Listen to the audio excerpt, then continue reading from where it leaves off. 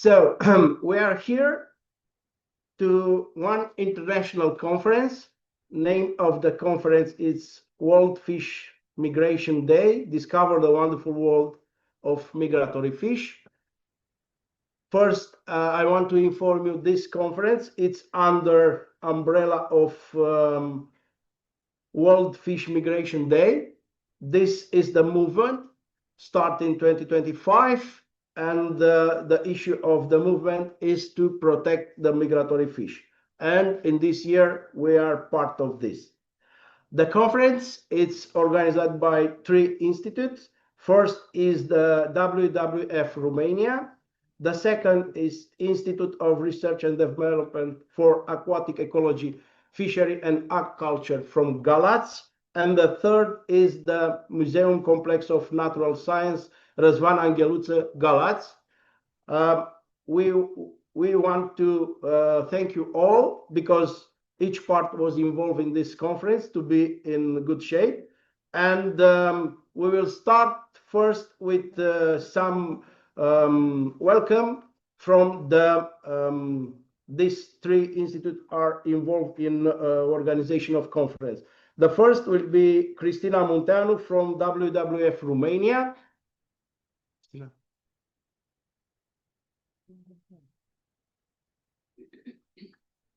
Hello, good morning. Welcome to this celebration of World Fish Migration Day. It's an important day for us because we are working with migratory fish like sturgeon since at least 12 years. We will discuss this. We will discuss today about migratory fish and why it's important for them to have free corridors to reach their habitats that they need. Is because they need to survive, and their survival doesn't mean is not just important for them but also for us, because a healthy nature will mean healthy people. Thank you.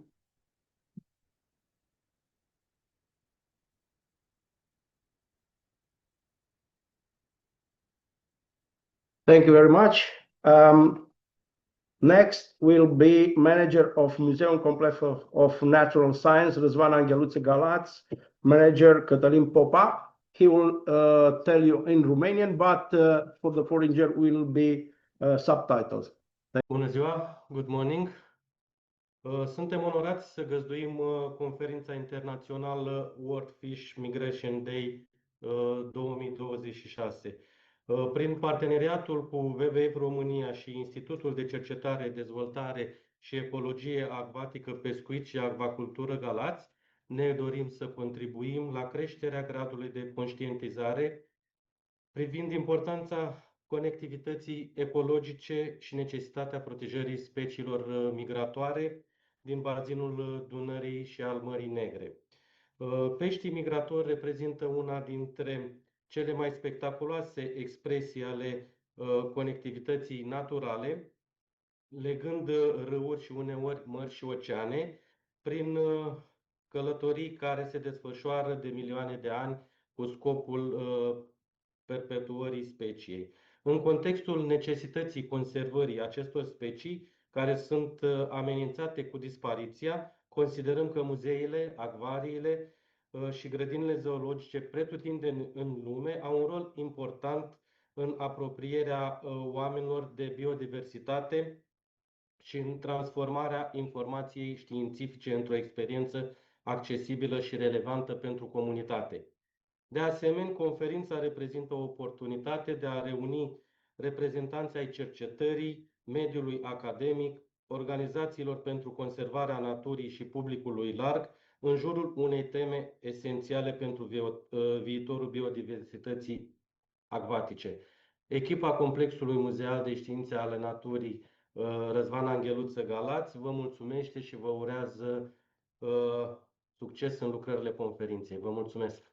Will be from Institute of Research and Development for Aquatic Ecology, Fishery and Aquaculture, Galați, Mr. Maricel Floricel Dima, Manager.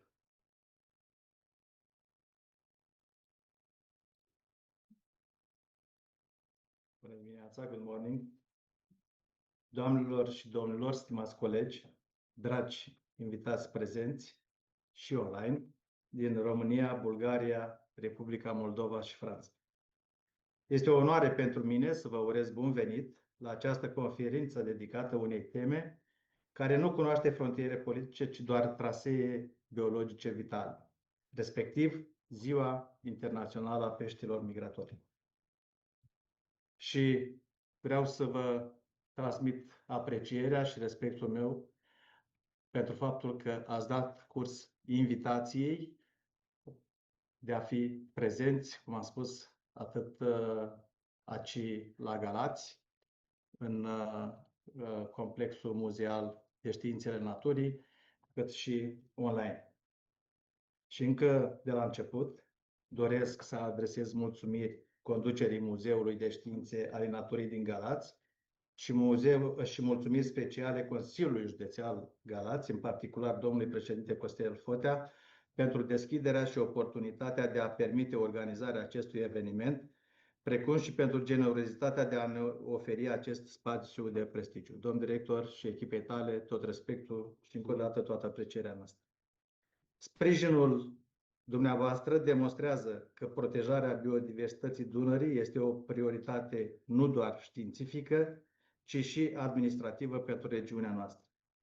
În acest context ne aflăm astăzi într-un punct strategic pe harta biodiversității europene. Pentru noi, cei care trăim și lucrăm în bazinul Dunării inferioare, migrația peștelor de la legendarul Sturion la Scrumbia de Dunăre reprezintă barometrul suprem al sănătății ecosistemelor noastre. Legătura ancestrală dintre Marea Neagră și fluviul Dunărea este practic ca un drum al mătăsii ecologic pe care avem datoria să-l păstrăm deschis și viu. Prezența dumneavoastră aici subliniază un adevăr fundamental. Conservarea speciilor migratoare este un efort de solidaritate europeană. În acest sens doresc să adresez mulțumiri speciale partenerilor noștri români, care fac posibilă cercetarea și protecția acestui patrimoniu natural, respectiv WWF Romania, pentru eforturile neosebite de conservare și lobby ecologic, precum și consecvenței și bunei colaborări de până acum. Institutului Grigore Antipa din Constanța și ICDEAPA de Tulcea, pilonii cercetătorii noștri marine și deltaice. Administrației rezervației biosferei Delta Dunării, gardianul celui mai prețios sanctuar de migrație la nivel european. Și nu în ultimul rând, gazdelor noastre locale, Muzeul de Științe ale Naturii din Galați, un hub esențial pentru educație și conștientizare publică. Colegilor din Bulgaria le mulțumesc pentru parteneriatul constant. Dunărea este strada noastră comună, iar viitorul populațiilor de pești care ne vizitează malurile depinde de coerența acțiunilor noastre transfrontaliere. Invitațiilor noștri din Franța le adresez un salut călduros cu o mențiune specială pentru zona Bordeaux. Există o simetrie fascinantă între eforturile noastre și ceea ce faceți dumneavoastră pe fluviul Dordogne. Dordogne, la fel ca Dunărea, este un sanctuar pentru speciile migratoare și un laborator viu al restaurării conectivității. Experiența dumneavoastră în gestionarea estuarului Gironde și a bazinului Dordogne, o adevărată rezervație a speranței pentru sturionul european, este o sursă de inspirație și un model de bune practici pentru noi. Colegilor din Republica Moldova, care mereu sunt alături de noi, le transmit cele mai bune gânduri și totodată promisiunea noastră de bună colaborare în continuare pe domeniile noastre specifice. Așa cum am spus, astăzi vorbim despre conectivitate, în cel mai larg sens al cuvântului. Vorbim despre eliminarea barierelor, fie ele baraje fizice sau lipsa de date științifice. În contextul actualelor provocări climatice, cât și altor provocări de tot felul, independente de voința noastră, dialogul de astăzi între cercetători și specialiști, și nu numai, din bazine hidrografice atât de diferite, dar atât de asemănătoare prin problemele lor, este mai critic și mai de actualitate ca niciodată. Fiecare lucrare prezentată astăzi este practic o cărămidă la fundația unei viziuni pe care o împărtășim cu toții, respectiv o Dunăre vie și protejată, fluviu care să rămână peste generații, coridor sigur pentru călătorii lor subacvatici. Vă doresc prezentări inspirate și o zi plină de schimburi științifice valoroase. Declar oficial deschise lucrările conferinței dedicate Zilei Internaționale a Peștilor Migratori. Să avem succes! Thank you very much. The first presentation will be from Gabriela Grigoraș, Romania. The name of the presentation is Social Education Approach to the Conservation of Anadromous Migratory Fish in Danube Basin, the role of the Galați Museum Complex of Natural Science in raising public awareness. In this international conference dedicated to World Fish Migration Day,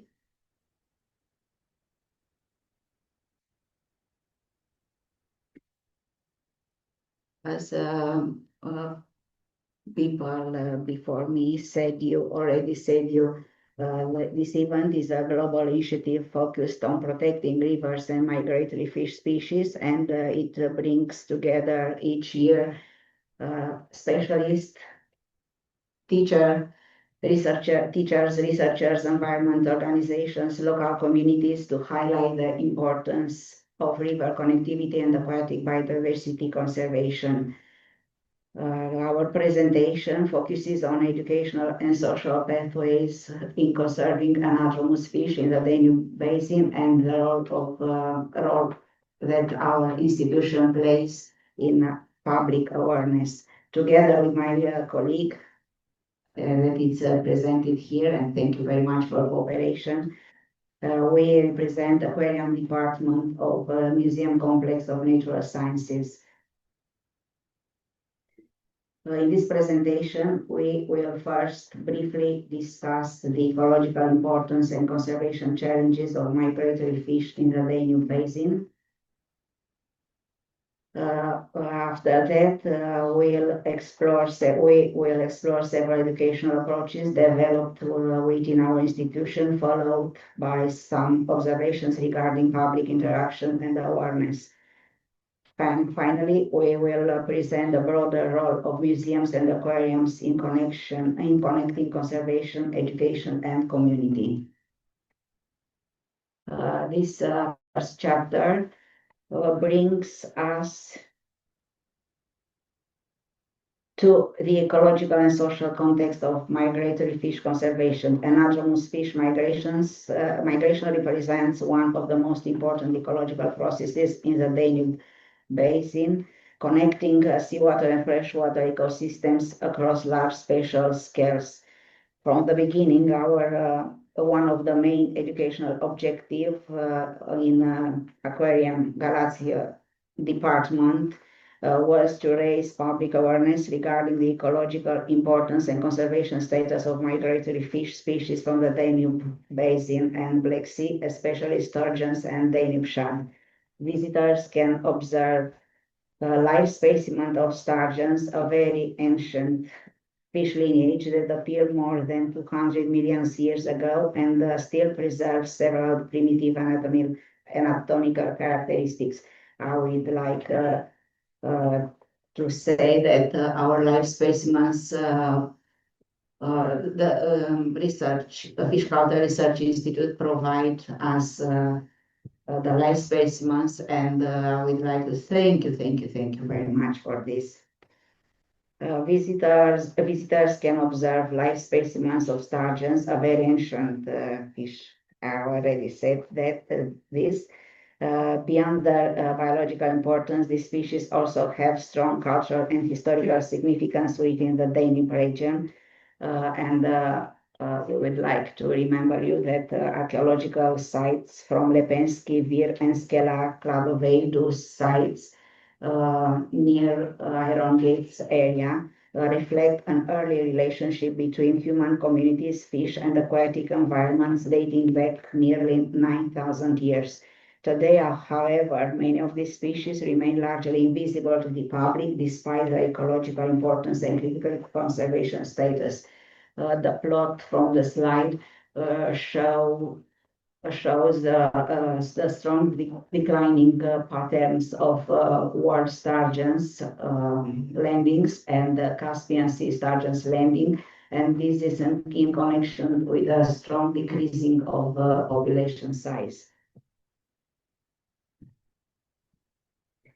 Although scientific knowledge regarding migratory fish conservation has increased considerably in recent decades, this information does not always reach the public in an accessible and meaningful way. Compared with large terrestrial animals, fish are often less visible in public discourse despite their major ecological importance. As a result, public awareness and participation in conservation-related topics remain uneven. This situation highlights the need for stronger socio-educational approaches in biodiversity conservation. The conceptual framework of our activities in a museum complex is based on the idea that biodiversity conservation is not only a scientific process, but also a social and educational one. Therefore, our educational and awareness initiatives are strongly inspired by the ICDEAPA communication, education, and public awareness approaches promoted by UCM and Convention on Biological Diversity. Thus, our socio-educational activities aim to transform scientific knowledge into accessible experiences that foster both understanding and emotional connection. To illustrate this approach, we will briefly present several educational and awareness activities developed within our institution. These approaches include live exhibitions of sturgeons, together other species from the entire world, also thematic micro exhibitions and information panels regarding the migratory species, interactive educational activities, in connection with Black Sea environment and the Black Sea biodiversity, and not at least structured educational programs adapted for different age groups. And we will present each of these tools. Among these approaches, the live exhibitions of Black Sea sturgeons has a particularly strong impact on visitors. Many people are familiar with sturgeons and caviar, but very few have the opportunity to observe living individuals directly. The exhibition therefore helps to reduce what we previously described as the invisibility of migratory fish. Visitors can observe species such as the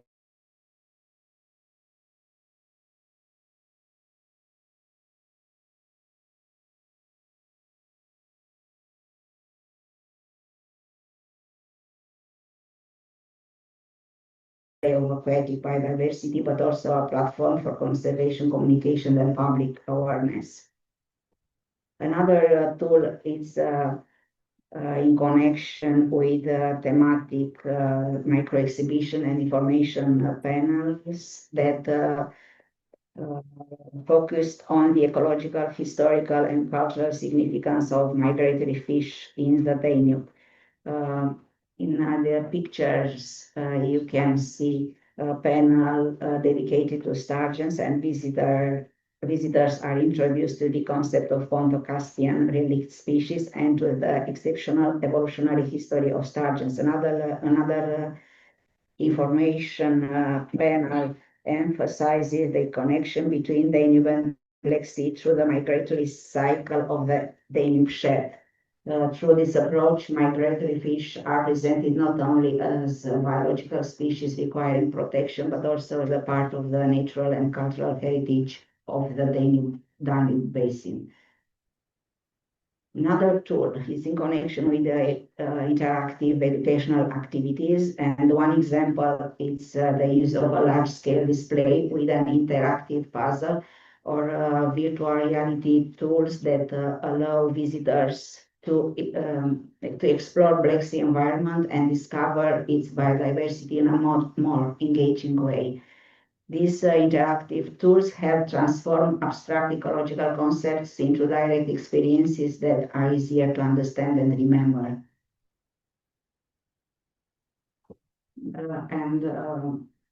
Least but very important for us are the educational programs that are addressed mainly to school groups and combine scientific information with guided discussions and interactive learning activities adapted to different age categories. During To 2025, the educational activities coordinated by the aquarium curators included 53 activities that developed within 6 educational projects involving total participation of approximately 1,000 people. And the plot shows the participant demographics indicating that school-age children represented the dominant target, but also we have a small request from adults in these educational programs. Short discussions. Several observations emerged from these educational activities. Among all educational tools, the live exhibitions of sturgeons appear to generate the most immediate and visible impact on visitors. Direct contact with living specimens often produces spontaneous curiosity and emotional reactions even before guided explanations begin.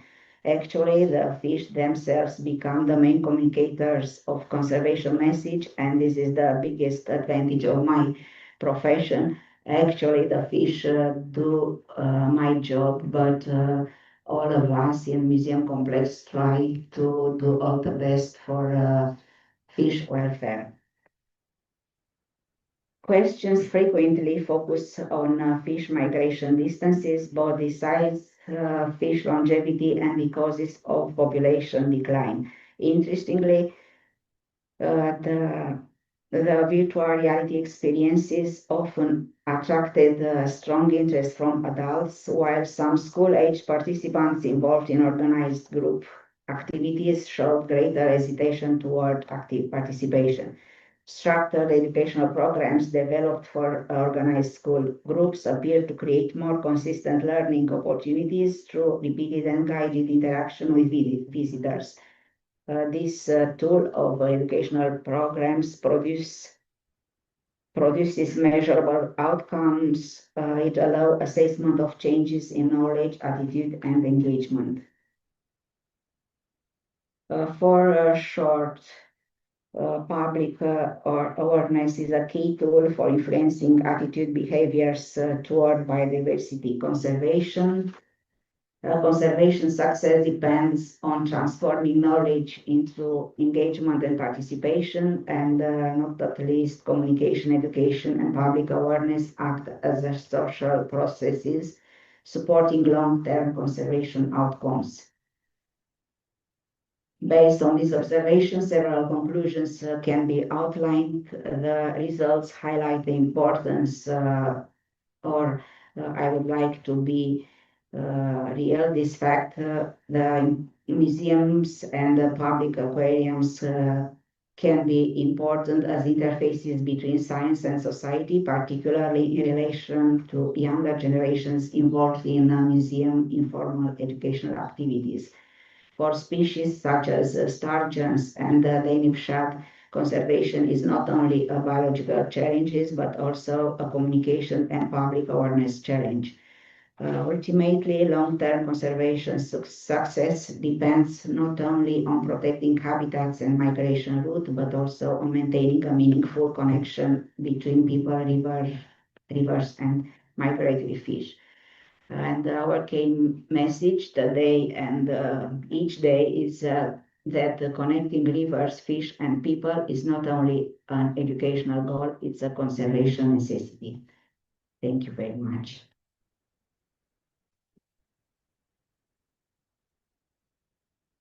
Don't leave yet. If our question from here or from online? No? Okay. If are not, we'll go to the next one. Thank you very much. Thank you very much. There. Next one will be a video made by WWF Romania. The name is "The Important Thing is Not to Give Up." The lifeboat for sturgeon people who want to save the Danube sturgeon.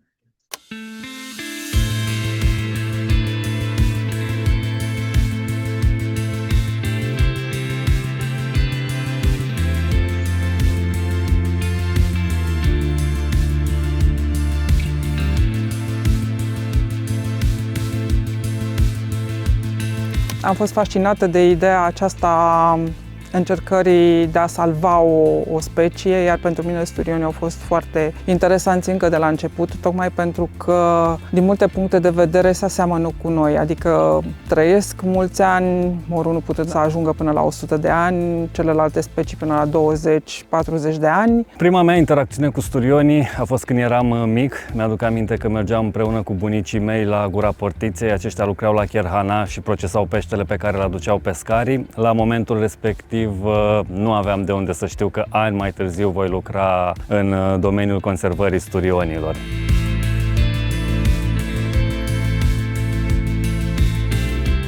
Era nevoie să câștigăm încrederea comunităților de pescari în special și de aceea a apărut și această poziție. Poziția mea era la momentul respectiv de a fi o punte de legătură între comunitățile de pescari și autorități.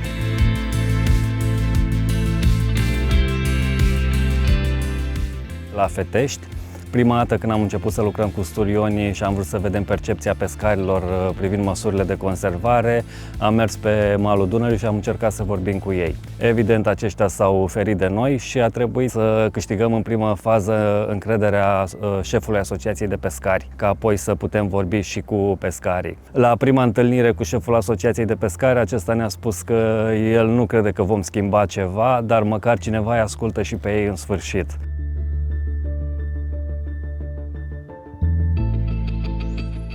Am încercat câteodată să le aducem la cunoștință că există și alte tipuri de activități care le pot aduce venituri, nu doar pescuitul. A fost un proces lung pe care uneori mulți nu-l înțeleg. A durat în jur de 10 ani până am ajuns să stabilim ce anume vor să facă în afară de pescuit, să facem niște planuri de business și să începem să implementăm o parte dintre ele. Spre exemplu, la Galați am donat o barcă Asociației de Pescari cu care aceștia plimbă turiștii, le explică poveștile zonei. La Jurilovca am donat 3 biciclete electrice. La Fetești am ajutat cu înființarea unui restaurant pescăresc și mai avem planuri pentru celelalte comunități, cum ar fi Borcea, Sfântul Gheorghe.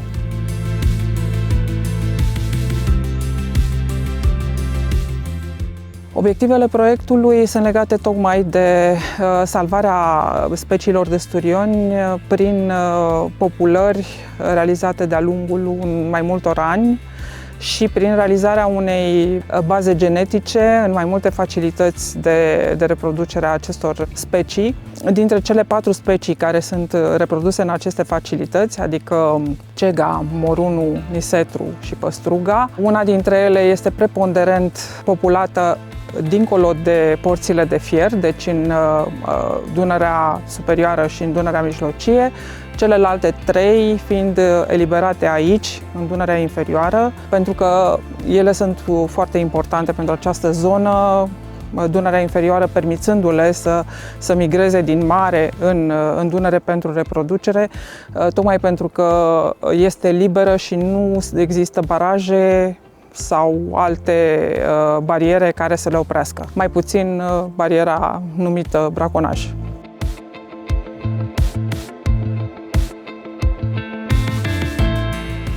Noi am ajutat la populare, sunt partenerii noștri de la Bocu care au făcut din Austria, care au produs pui, sau din Ungaria, de la Mate Haki. În momentul de față nu putem spune concret cam care este situația stocurilor. Ceea ce știm este că acum câțiva ani, după 22 de ani, s-au înregistrat primii pui proveniți din reproducere de la nisetru. Tot în acest proiect s-au pus bazele unei baze de date integrate, care va fi la nivel regional și care va fi administrată de ICDEAPA, de Comisia Internațională a Dunării, și în care se vor colecta toate datele existente până acum, ceea ce ne dă speranța că am putea avea într-un final o imagine cât de cât bună și integrată a ceea ce se întâmplă cu populațiile.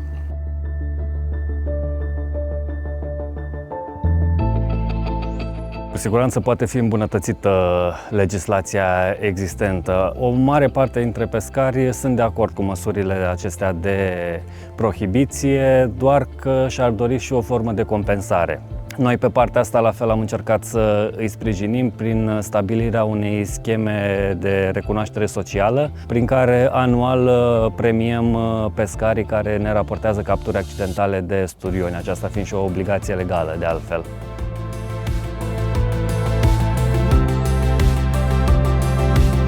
Întotdeauna atunci când vrei să ajuți o specie să supraviețuiască, sunt enorm de multe provocări. De multe ori te bucuri de unele rezultate, apoi ți se pare că dai pași înapoi. Important este să nu renunți, important este să ai răbdare și mai ales acolo unde lucrezi cu oamenii, să asculți, să înțelegi, să vii în întâmpinarea lor și din nou să ai foarte, foarte multă răbdare, pentru că până la urmă ei înțeleg cine le este aliat și cine vrea să-i sprijine mai departe.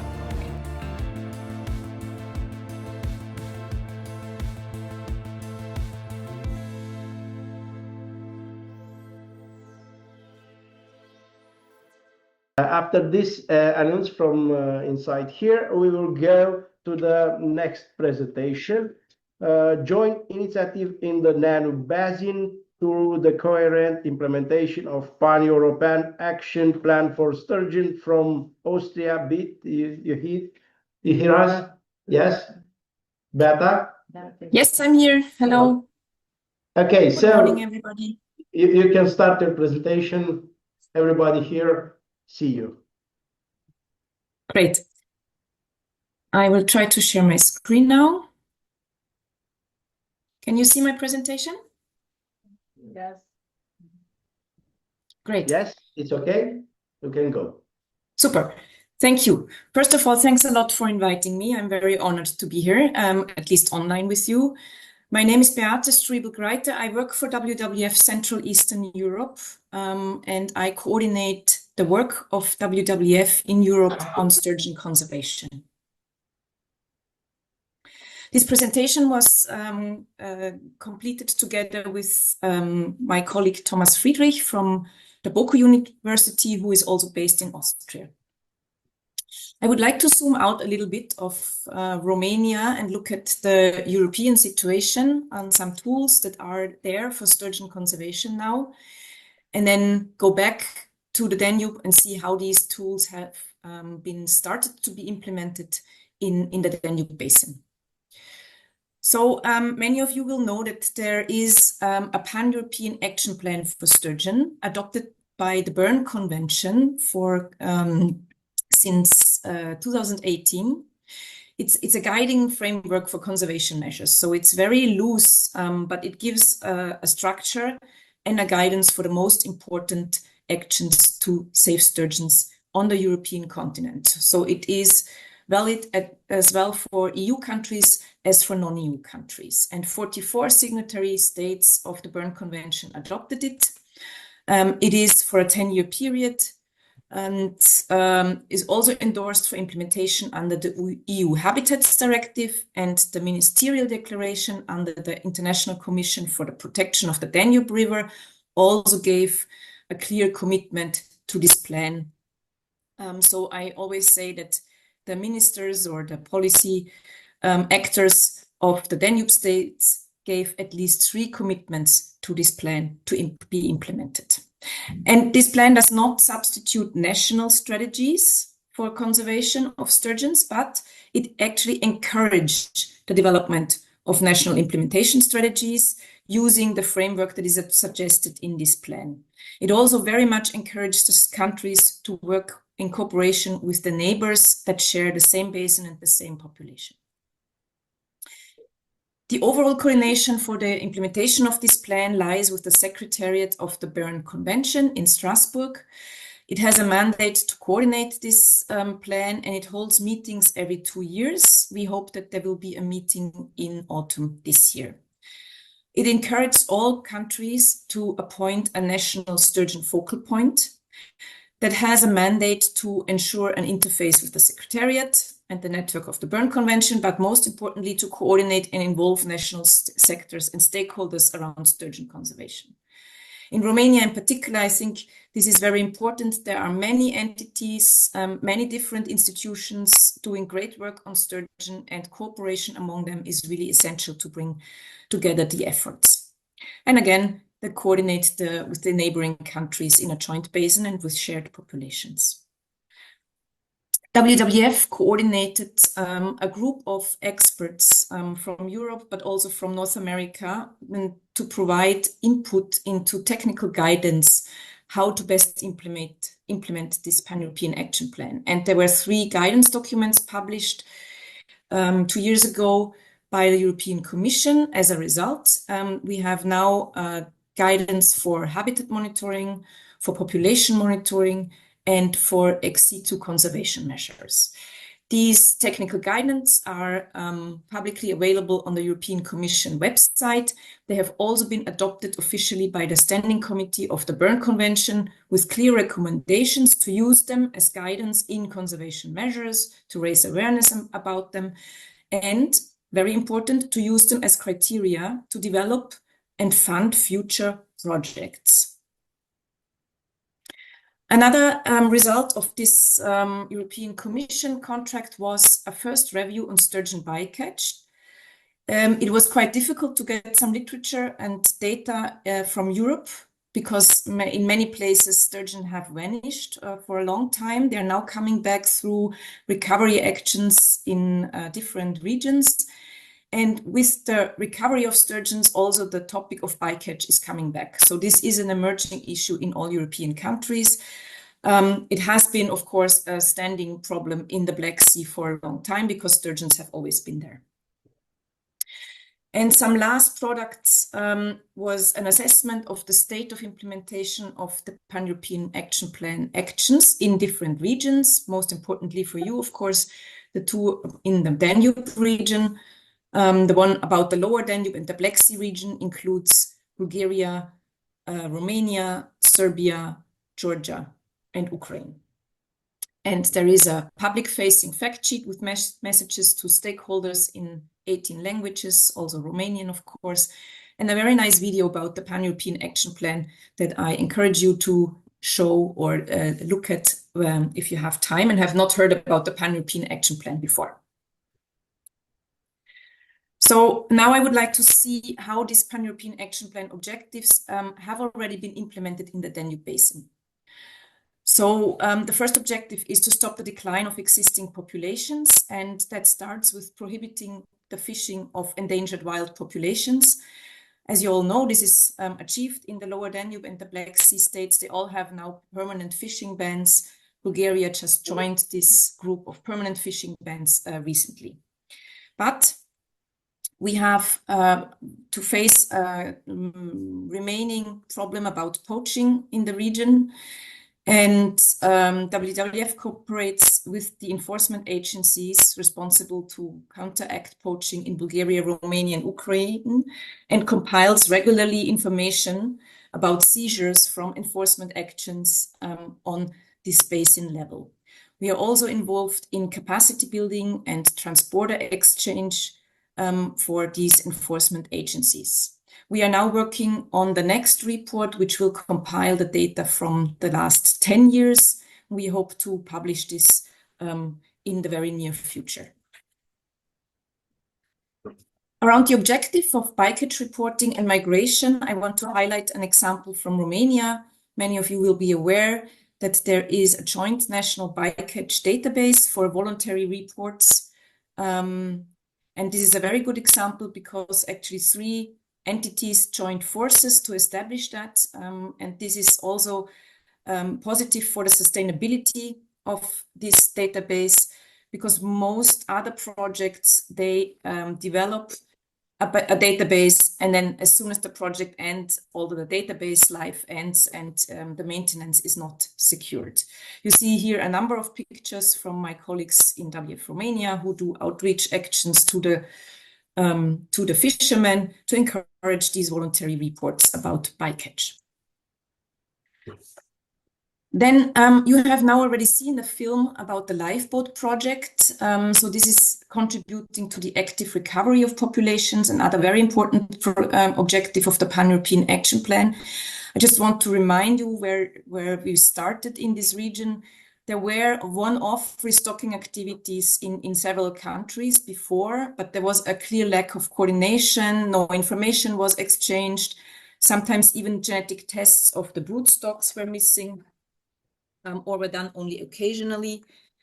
And often the fish were reared in private farms, then released, but have not been in contact with the natal river water before. And in most cases, the monitoring of the released fish was not included in these efforts. So all these learnings were very valuable, and they resulted in these technical guidelines I have mentioned before, together with the results and learnings from many other regions in Europe and North America. Now we have this lifeboat for sturgeon project, which for the first time brings together the efforts of many countries. And you will hear more about it. So I will walk you quickly around through this project. It has built 3 different infrastructures already. One is the actual lifeboat, which is an actual boat on the Danube anchored in the heart of Vienna. It's open for visitors, but it also is important because it holds now the broodstock of the 4 Danube species and is also equipped for best practice juvenile rearing. The other facility is a pond farm in Hungary, near the Körös River, a tributary to the Danube, which also holds broodstock and is equipped for juvenile rearing and reproduction. And the last infrastructure is a hatchery container now set up in Slovenia, run with the water of the Mura, which will only rear the juveniles coming from these 2 other facilities. And the project is setting up the broodstock of the 4 species. As I said before, it is distributed between Austria and Hungary, which is also good to split the risk. The project is very transparent to show regularly in public conferences how many specimens are available from each species. And the overall target is to release up to 1.6 million sturgeons of the 4 species. The progress is going on, and I think today or even tomorrow there is the next release happening in Bulgaria. Just to show you a few pictures about this project, broodstock and reproduction is done to the best standards available. It is important, as I said before, to split the broodstock holding between different facility and of course, to breed the broodstock according to genetic diversity and pedigree-based mating schemes. And also the rearing, the standard that the project is applying is that the eggs and the fingerlings are reared with the river water to induce the homing behavior. And it follows also a targeted release and monitoring strategy with a color code injected in the fish for each year to also be detected after these fish might be catched by other persons then later in the following future. And for the first time, we now have, through this project, a basin-wide database with release information. And I would like to also point out that it is very important if you or any of your partners is planning for other releases, please do get in touch and be informed. The project is very successful in outreach activities. As you can imagine, this attracts a lot of people, and the fact that this ship with the broodstock is anchored in the heart of Vienna attracts a lot of public visitors. So in the last 2 years, there were already more than 2,000 visitors on the boat. Now, coming to an objective that is more difficult, or where the advancement is more challenging, is to protect the sturgeon habitats and to first of all identify the existing habitats. So previous efforts in the region were also, there was some habitat research done by individual institutes. A lot of learnings were made, but we had no coherent methods. The data is scattered across country and individual projects, sometimes even individual laptops of single scientists. So it was important to bring this together. This was done by 2 projects in the past, the Measures project, some of you might have heard, or the European Commission service contract. We brought together what we knew, or what the experts knew, but it resulted in a static map. So this is a static map about different habitat categories in the Danube Basin. It is not possible to update it, and as I said before, the project ended, and then also this collection of data ended. So we are now moving in the next phase with the Monster in the Danube project, an Interreg-funded project which started in April last year, which has project partners from 13 countries. I bolded the ones that are from your Lower Danube region. Most importantly, the Ministry of Environment, Waters and Forests is leading this project. And the ICPDR is also a key partner here. And this project will now build a joint transnational basin-wide monitoring system for the first time, which can hold habitat data as well as population database. And it will be set up in the frame of the International Commission for the Protection of the Danube River, so the ICPDR, and create a common basis for future conservation management. We will also, of course, explore how to integrate data from the marine region, but this is a further step. First, we need to bring together the data from the Danube. This is a snapshot how it can look like, or will look like, sorry. So there will be data about the different habitats and locations, and there will be a connection to the catches in this region and the population data that is linked to these habitats. So we can, for the first time, make a connection between habitats and sturgeons as well. It's in the making. The structure of the database is already agreed, and there will be an important workshop in June to further fill this database with expert data. So this is really important because it brings together the scattered and isolated, so far isolated data across the Danube basins. We will work with more than 10 countries. It's really important that we come to a collective hub for data, because it does not help us if this remains in different isolated presentations. It combines population monitoring data. It's also possible to upload bycatch data or any information about fish that was tagged. It will link, as I said before, with habitat information, and in the frame of the ICPDR Joint Danube Surveys, the groups are committed to do a regular data analysis and a publication from this data analysis. And when we do it with the ICPDR, this also allows a sustainable maintenance after this project has ended. The project will also do some research, applied research on habitats, in particular side-scan sonar on habitat locations. It has already completed eDNA search in Danube tributaries where the presence of sturgeons was unclear. It will do a little bit of telemetry in the Iron Gate, but what is really important, that all of this data, again, can come into the joint database. There are several other projects relevant for migratory fish with sturgeon components, and you will probably hear about many more today.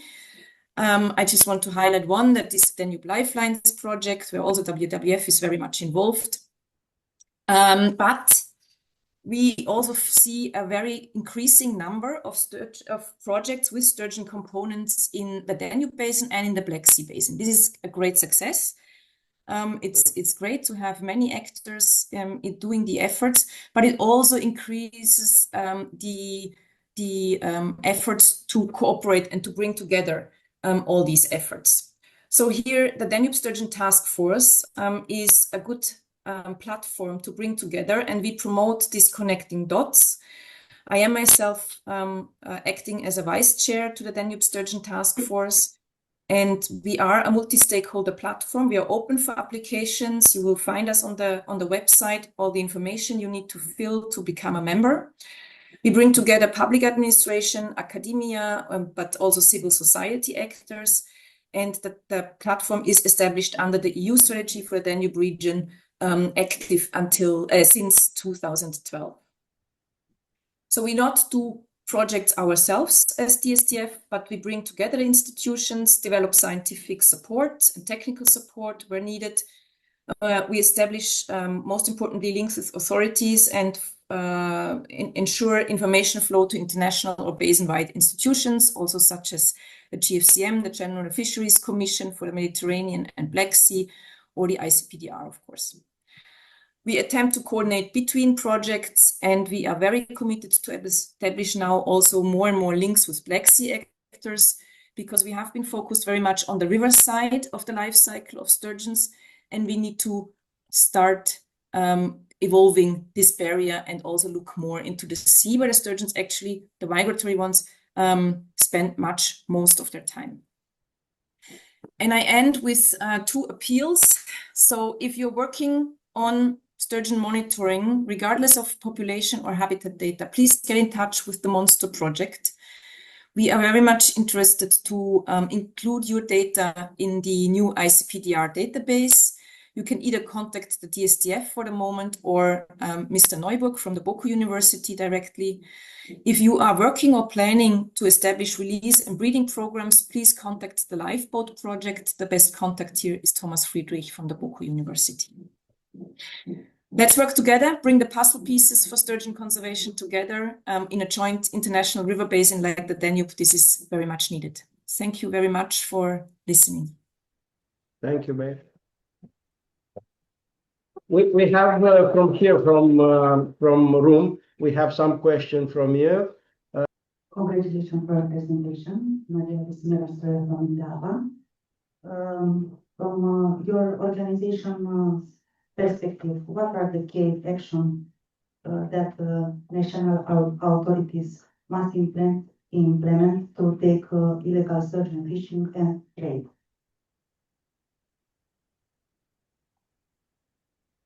I'm not sure I fully understood. Was the question which actions should be done to stop poaching or illegal fishing? For your organization's perspective, what are the key actions that our national authorities must implement to tackle illegal sturgeon fishing and trade? Okay, the actions to stop illegal fishing. Correct? Yes. Yeah, okay. Yeah, it's correct. Good. So from my perspective, I think the most important to have an active enforcement of the existing regulations.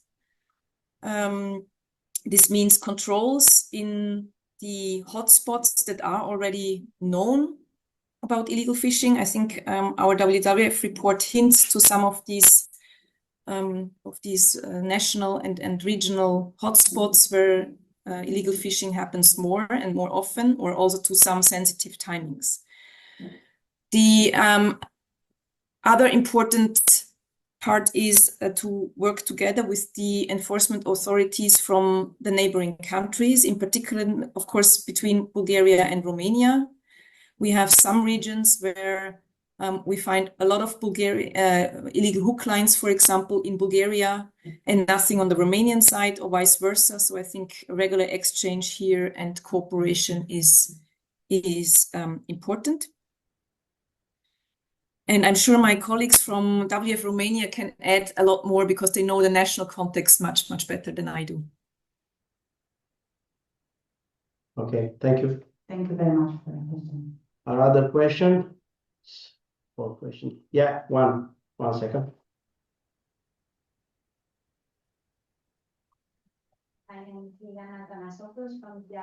Îți mai tare țineți microfonul. My name is Iana Ganasopoulos from Galați, and I wish to ask you, do you have in your country a salmon cryobank for the salmon of sturgeons breeders? Do you have a cryobank? Do you have cryobank in your country for sturgeons? What? For salmon sturgeons breeders. Cryobanking. Cryobank, yes. Do you have in your country? You mean in Austria? For the conservation programs. I don't think that this is, or at least I'm not aware that this is set up on a systematic scale. I think there are some cryobanks that's tested, but maybe somebody else can answer that better than I do. Do you know if they are used for salmon crab preservation? You don't have an idea if you are using for the conservation sturgeons programs? I'm sorry, I cannot answer to that question. Maybe Thank you there's very somebody else much. that has better information. So we are trying to work with the living broodstock at the moment, and concentrate the efforts on that. Okay, thank you very much. So thank you for presentation. We will go to one video, the next step. The video is made by WWF Romania, of course, and the name of video is "The Water Took Care of Me and My Family, and I Love It, a Fishman's Story."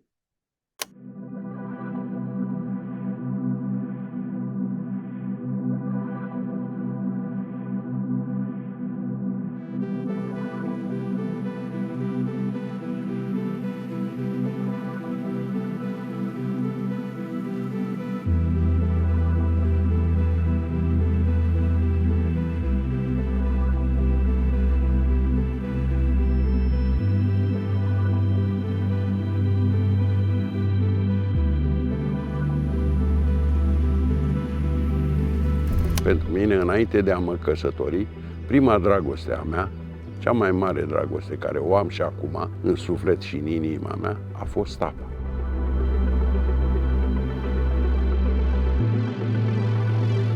Bunicul meu a fost într-adevăr brigadier pe Baltă, avea echipă de pescari și de acolo s-a prins dragostea de a pescui. Tata m-a luat, avea vărcuța lui și mă plimbam. Mai dădeam și la un pescuit cu o unealtă de pescuit, ba cu o undiță.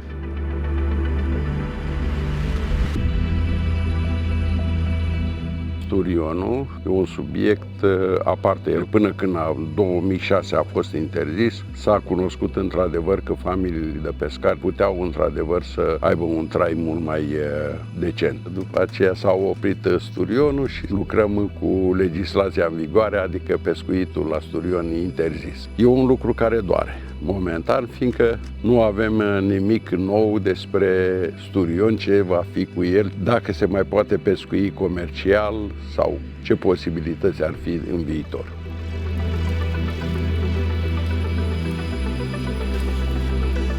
Pescarii se așteaptă la mai mult. Cu o picătură nu poți să umpli găleata. Trebuie aici o implicare mult mai largă și cred că motivația vine de unde m-am spus, traiul ăla, care nimeni nu-l suportă, nimeni nu-l are, toată lumea îi place să mănânce pește, dar nu știe cum trăiește un pescar, la o limită a sărăciei fantastice.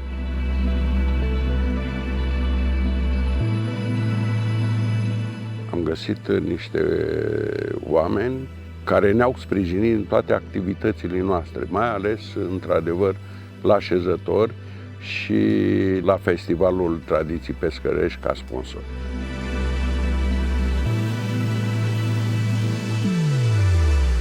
E o meserie extraordinar de frumoasă. Sau, pur și simplu, nu era mult mai frumoasă, acum e obositoare. Și n-aș dori, într-adevăr, să încurajez tinerii să profeseze această meserie în totalitate. Să o practice, dar să aibă și alt job. Că nu poate trăi, nu poate forma o familie doar din pescuitul comercial.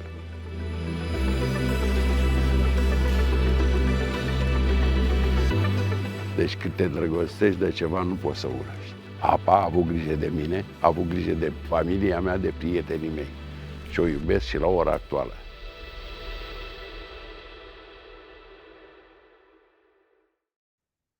Hello everyone, my name is Iulia Grecu, and I'm also happy to be here to this conference regarding World Fish Migration Day.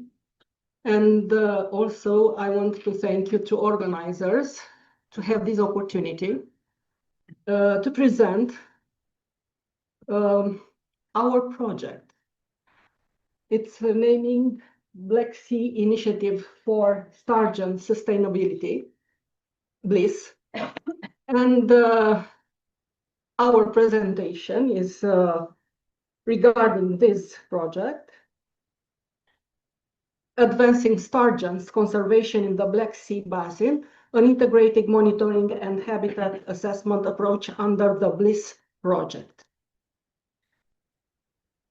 The BLISS project is implemented within Interreg Next Black Sea Basin program and brings together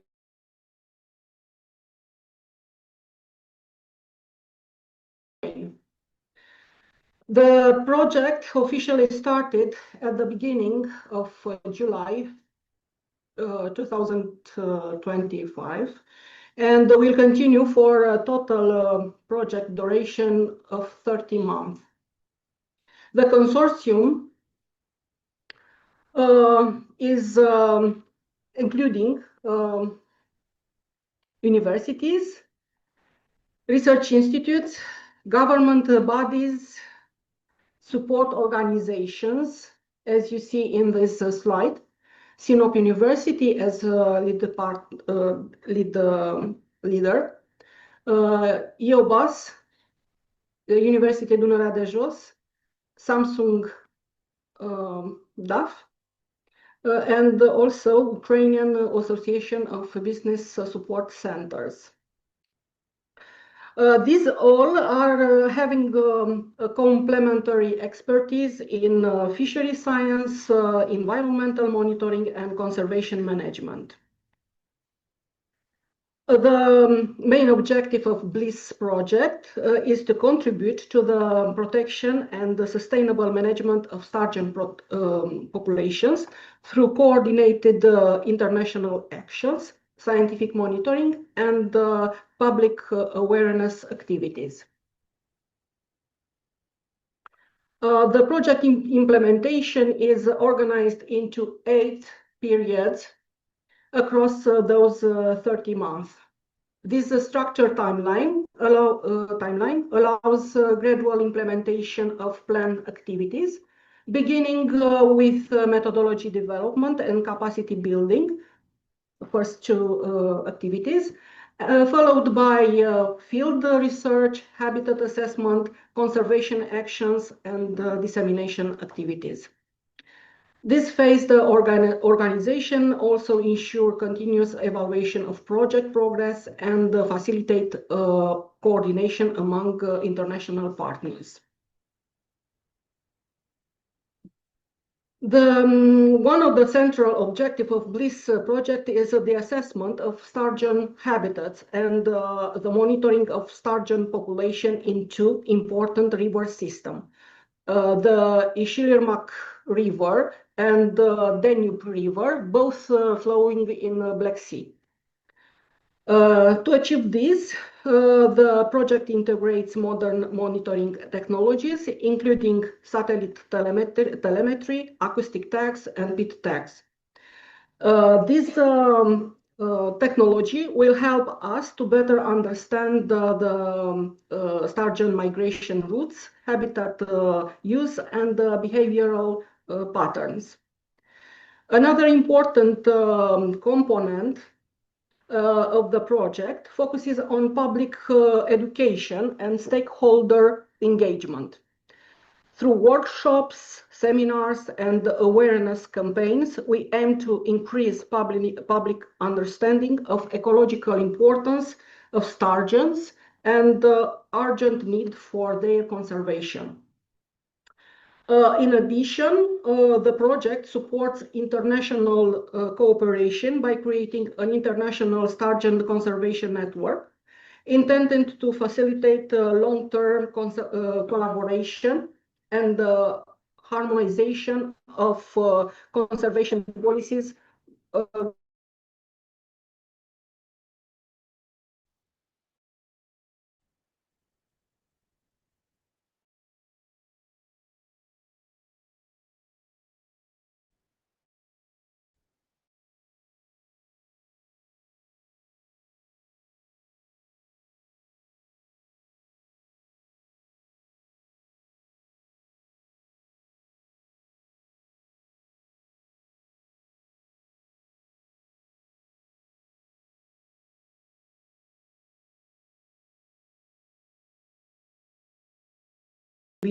involve the tracking of accidentally captured sturgeon in collaboration with local fishermen.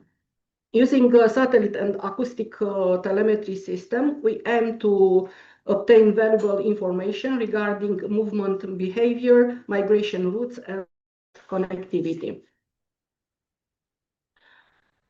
This activity, spawning area identification, is regarding for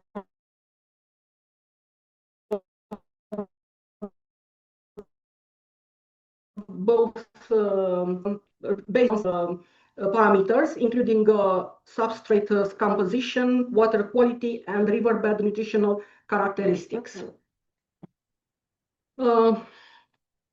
Activity 1.5 recommendation for sturgeon conservation. Based on scientific data generated during the project, the BLISS consortium will develop the recommendation aimed at improving sturgeon conservation strategies. This recommendation will address habitat protection, sustainable management approaches, and strengthen regional cooperation among Black Sea countries. The intention is to support evidence-based conservation policies and contribute to long-term protection of the sturgeon population. Through activity, sturgeon conservation activity, one of the most important are workshops and seminars and distribution of educational materials organized for fishermen, local communities, students, and other stakeholders. Educational materials will also be developed and distributed in order to improve awareness regarding sturgeon biology, ecological importance, and conservation challenges. Also, involving local communities, we hope to encourage more responsible and sustainable interaction with aquatic ecosystems. The second activity through sturgeon conservation importance is to combine communication measures and practical conservation actions through informative panels and signage, which will be installed in relevant areas to provide accessible information about sturgeon conservation and protected habitats. In addition, community-led monitoring groups will be encouraged to allowing local stakeholders to participate actively in conservation efforts. Also, another important objective of this project is strengthening public engagement in conservation initiatives, including celebration of Sturgeon Conservation Day in Izmirlik and Danube regions. These activities aim to create stronger connection between science, local communities, and environmental protection initiatives. The final activity presented here focuses on international cooperation and policy development.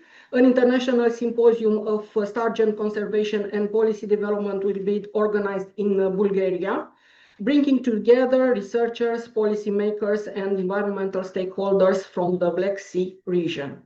The event will facilitate scientific exchange and contribute to the development of coordinated regional policy for sturgeon protection. And these are the main activities which will be held in BLISS project. Thank you for your attention.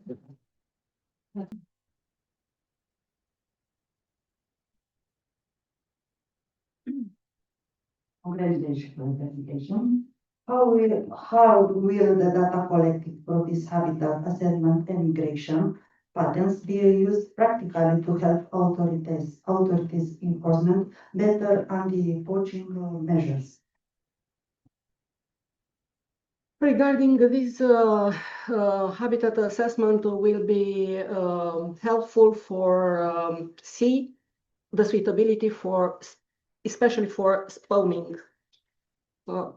spawning area. So for reproduction, fish for sturgeon reproduction, it's important. So from the illegal, also for illegal poaching, it's difficult to say this. Is true that as the Miss Beata also says that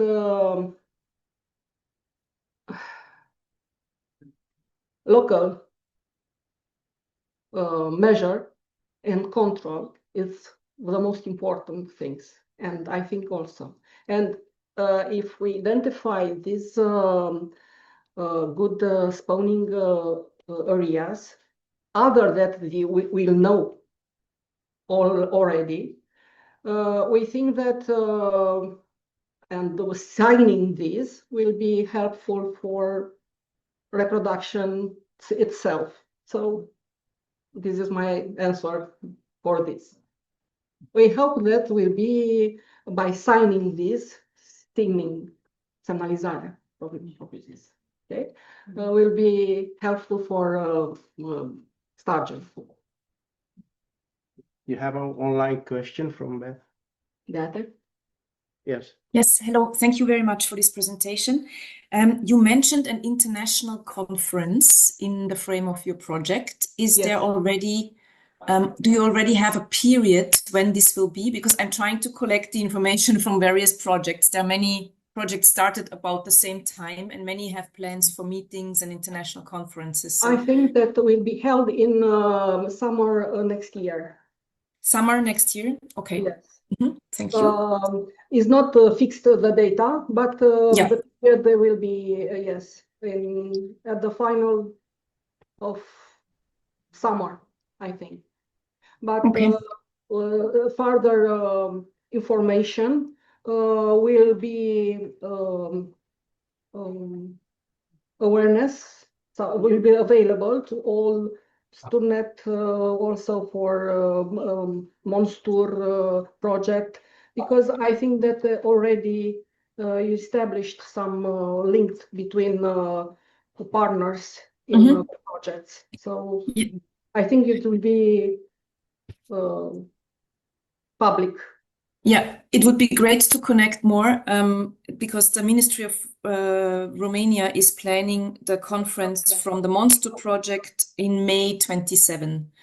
So let's try to avoid to have it too close together, maybe. But we can talk.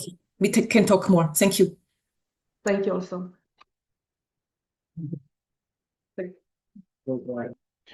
My presentation will include most of the project that's already Beata presented to you as initiatives in the Danube. But I will try to mention some additional information and more specific what we are doing here in Romania. What I want to say that we began to work more with sturgeon since 2012. Since then we had the first two live projects in which we tried to make contact with fishers, with law enforcement, with aquaculture facilities, and we developed this relation during these years,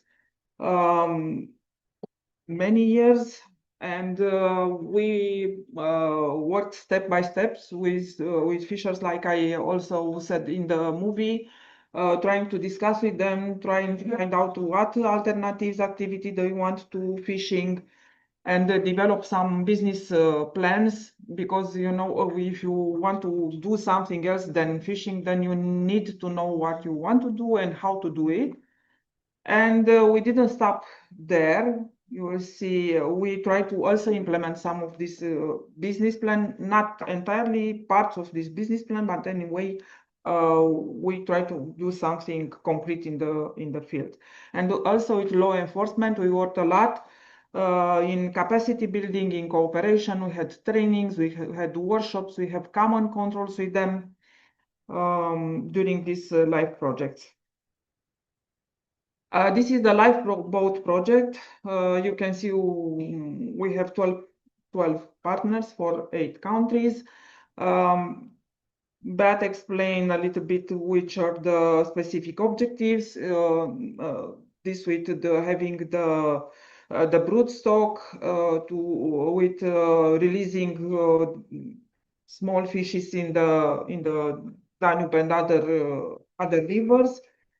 About database and ex-situ action, we also have part of monitoring that is done in each country. We will start the monitoring here in Romania this year. It's not done by us, by WWF Romania, but by Danube Delta National Institute. And we also have a component working with fishing communities and with authorities. So this is the floating breeding station. There are also these facilities, breeding facilities. Here the broodstock, some information about the broodstock. The release already have been mentioned. And also this kind of works that we are doing with the fishing authorities. Usually we have meetings with them, discuss about controls and how we can help them. We also acquired 2 trap cameras from them because, you know, usually during the controls, if they know where some illegal activities are done, they should prove that this happened, and they should have strong evidence for that. We also had some transboundary meetings with authorities from Bulgaria and Romania. First meeting was in 2025, but was very well received, and we decided to do it at least annually to discuss about problems that we identified and to find solution. At this moment, we know that there are some common controls with a transport police and with NAFA, with the National Agency for Fisheries and Aquaculture, between Romania and Bulgaria. Maybe not enough because, you know, they need a lot of things and a lot of money and fuel and so on, but those are limited. This is about monitoring and events. So this is additional what Beate said, that we are working also with law enforcement in lifeboat project and with fisheries, with fishing communities, where we go and discuss with them about the releases. We announce the releases. We send them the marks, because sometimes the fish are marked with some kind of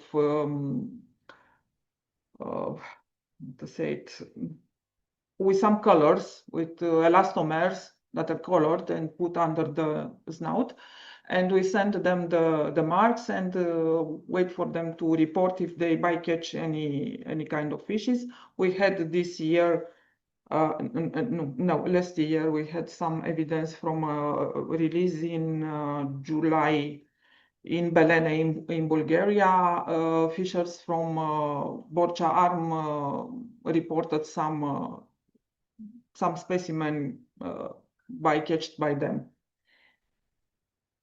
Another project that also Beate mentioned, it's Danube Lifeline.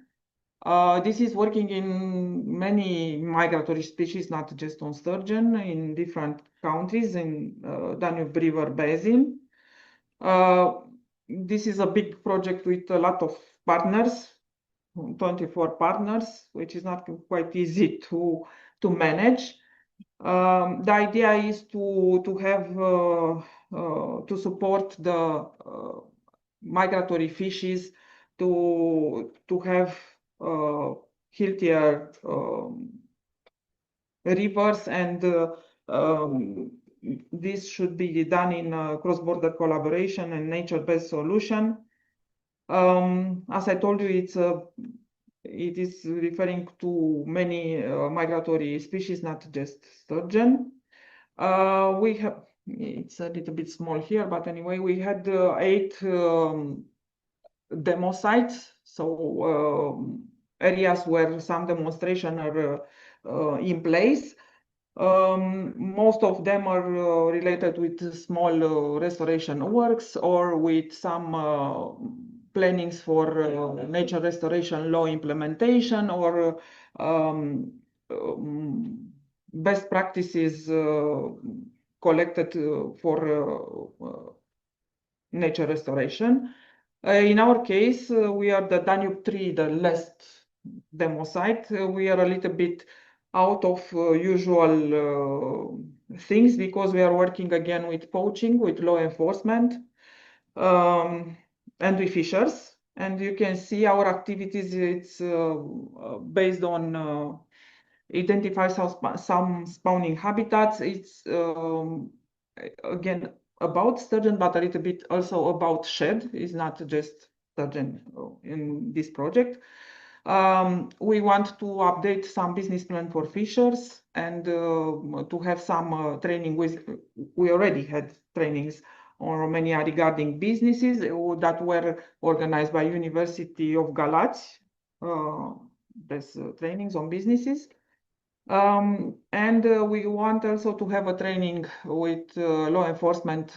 We used to have, but we want to have another one because, you know, repetition, it's good, to train the law enforcement and also judiciary on species recognition and also on some forensic activities.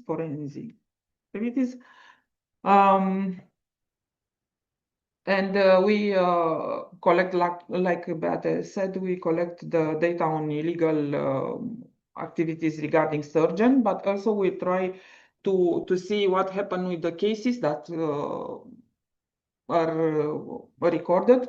And my colleague George is working, is trying to find out this. It's not easy because of the GDPR. It's quite difficult to relate a court case with a illegal case, but we are trying to do that and to see what happened with the perpetrators. We'll see what is the result. Another project is this monster in the Danube. Already Beate mentioned about it. This is with 9 countries and 13 partners. The Ministry of Environment is the lead.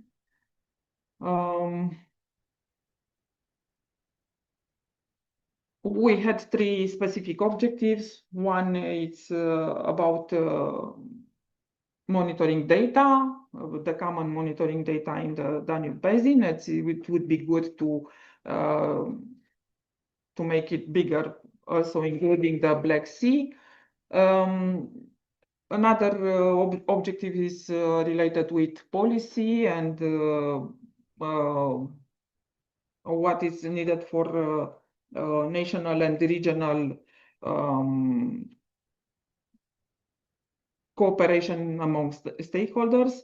And the objective 3 is related with monitoring methods, monitoring in the field.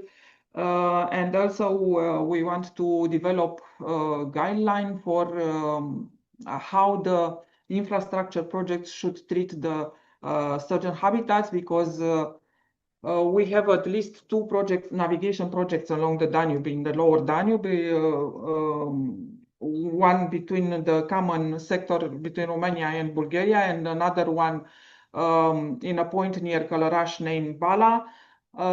Both of them are affecting sturgeon migration or sturgeon habitats, and sometimes the constructors say, okay, we are affecting the habitat, we are going to reconstruct the habitat in other part, and we want to give them the parameters how to do it and to explain them better that before they destroy a habitat, they should be sure that the reconstructed habitat is functioning. So this we want to develop in this project also. And the last project that I want to present you shortly, it's a project that was finished in February this year. It was funded by Save Our Species program, coordinated by IUCN. The money came from a company that are doing cosmetic products with caviar, and they said that they want to give back something to the communities that are not allowed to fish sturgeon anymore. They use caviar from aquaculture, and for us it was a very good project because we worked with fishers on this bycatch reporting, which was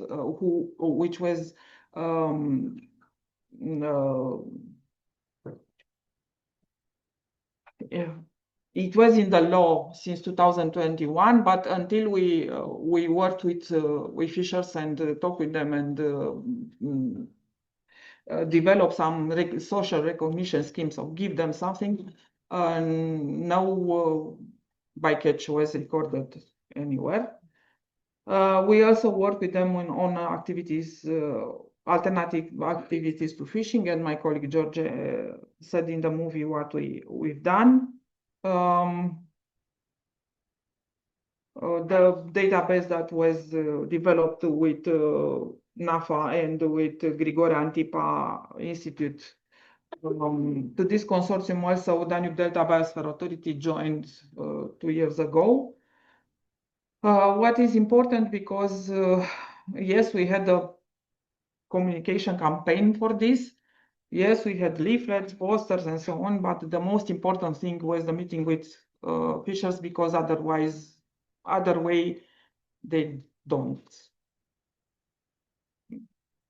implement that. But if they know you, sometimes we receive some reports beyond our usual fishing communities, but not so many.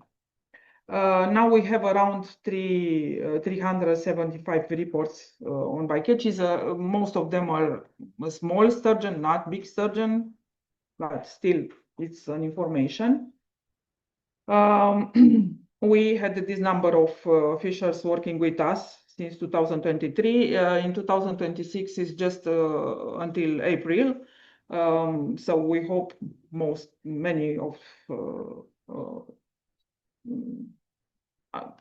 many other bycatches will be reported, and also many other fishers will work with us. These are the reports. What you see with black, it's from Black Sea. So we had some bycatch reports from Black Sea, mainly from the fishers in Jurilovka that went to fish for shad in the Black Sea, or from other parts of, or from Sfântu Gheorghe. And we had also a market survey in which we collected 21 samples from the market, meat and caviar, and from these samples, 4 of them were 91% proved as being from wild. It's an isotopic analysis that is done in Germany. Some of these samples came from Romanian police. They know that we can do this kind of analysis, and they call us or our colleagues when from ICDEAPA, if they have a case, they told us, and we came to take the the samples and analyze them for DNA and isotopic analysis. So thank you for your attention.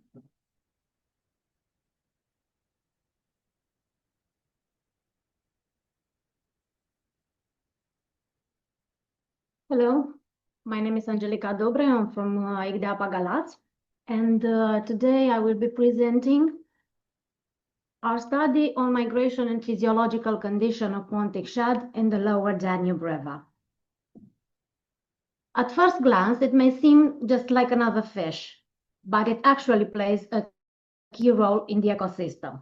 It transfers nutrients from the sea to the river, supports fishery, and reflects ecosystem health. Because of this, any decline in population, it's not just a biological issue, but a signal of ecosystem imbalance. To better understand this, we need to take a look at its migration cycle. The Pontic shad feeds in the Black Sea, migrates upstream in the Danube River to spawn, and then juvenile return back to the sea. In this,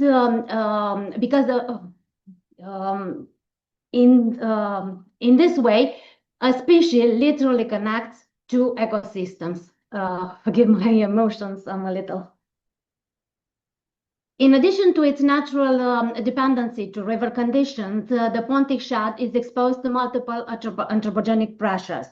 Overfishing, pollution, dams, reduced discharge have drastically reduced available habitats. As a result, the migration is currently restricted mostly to the Danube River. At the same time, climate change is intensifying these pressures, especially through temperature changes. In this context, our study aimed to better biology. In 2025, we analyzed about 576 individuals. We looked at population structure, reproduction, physiological condition, and environmental factors in order to interconnect all these components. If we take a look at the population structure, most individuals fall between 27 and 33 centimeters, and most of them are around 4 years old.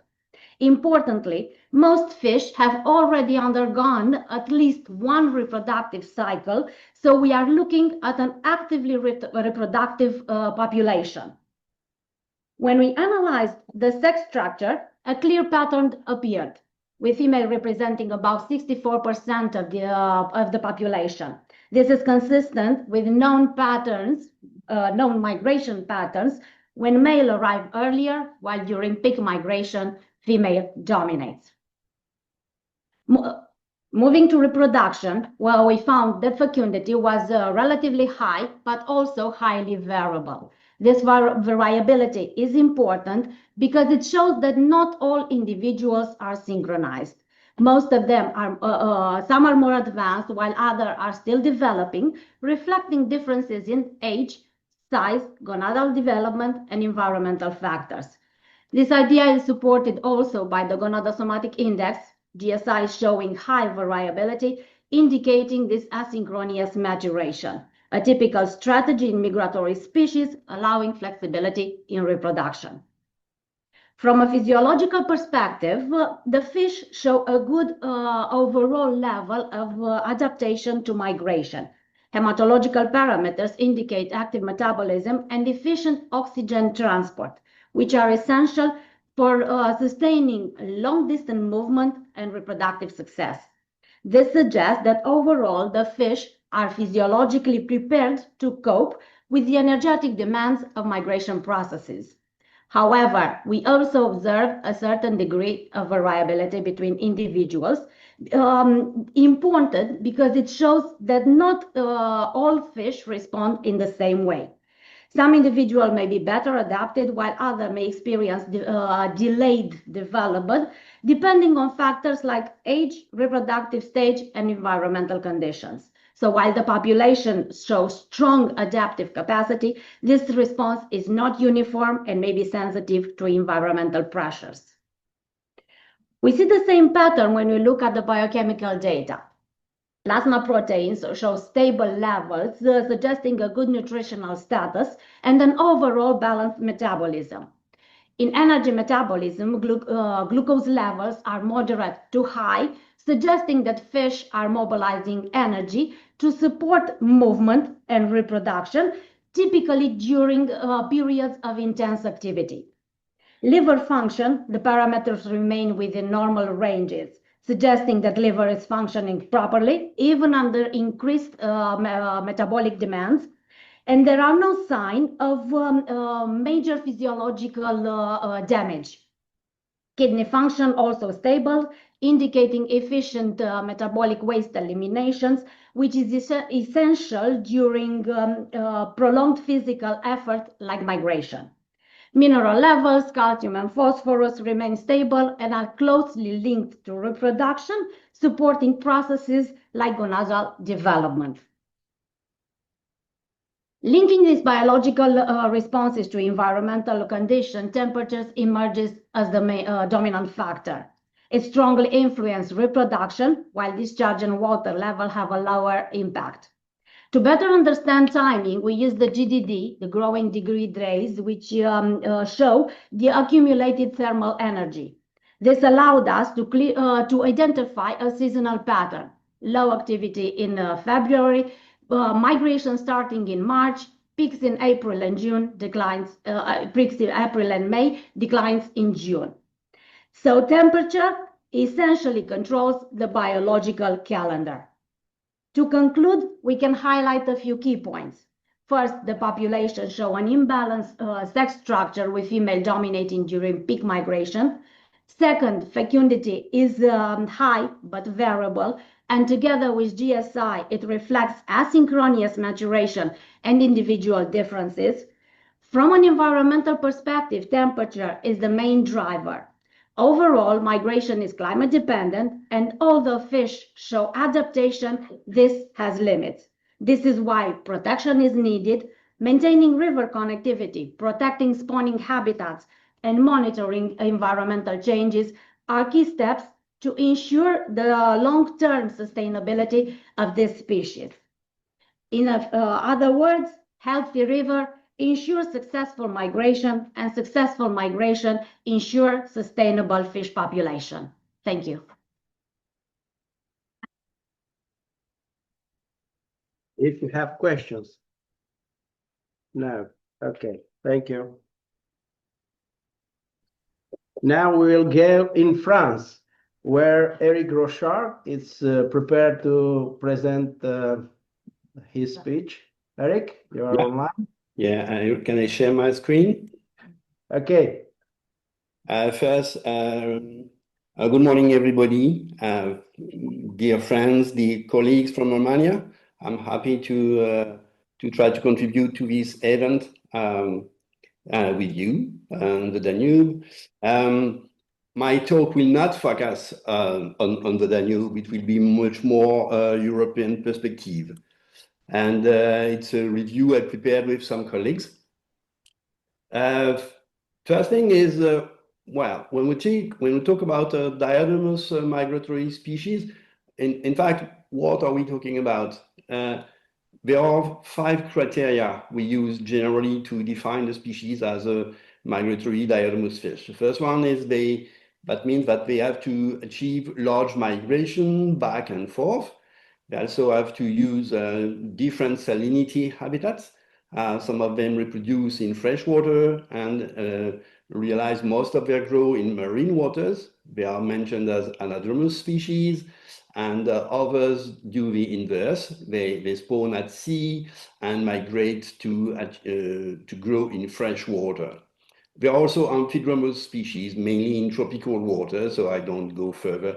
I will not talk more about amphidromous species. They also have to realize their migration at particular stage of development, and it is also linked to seasonality.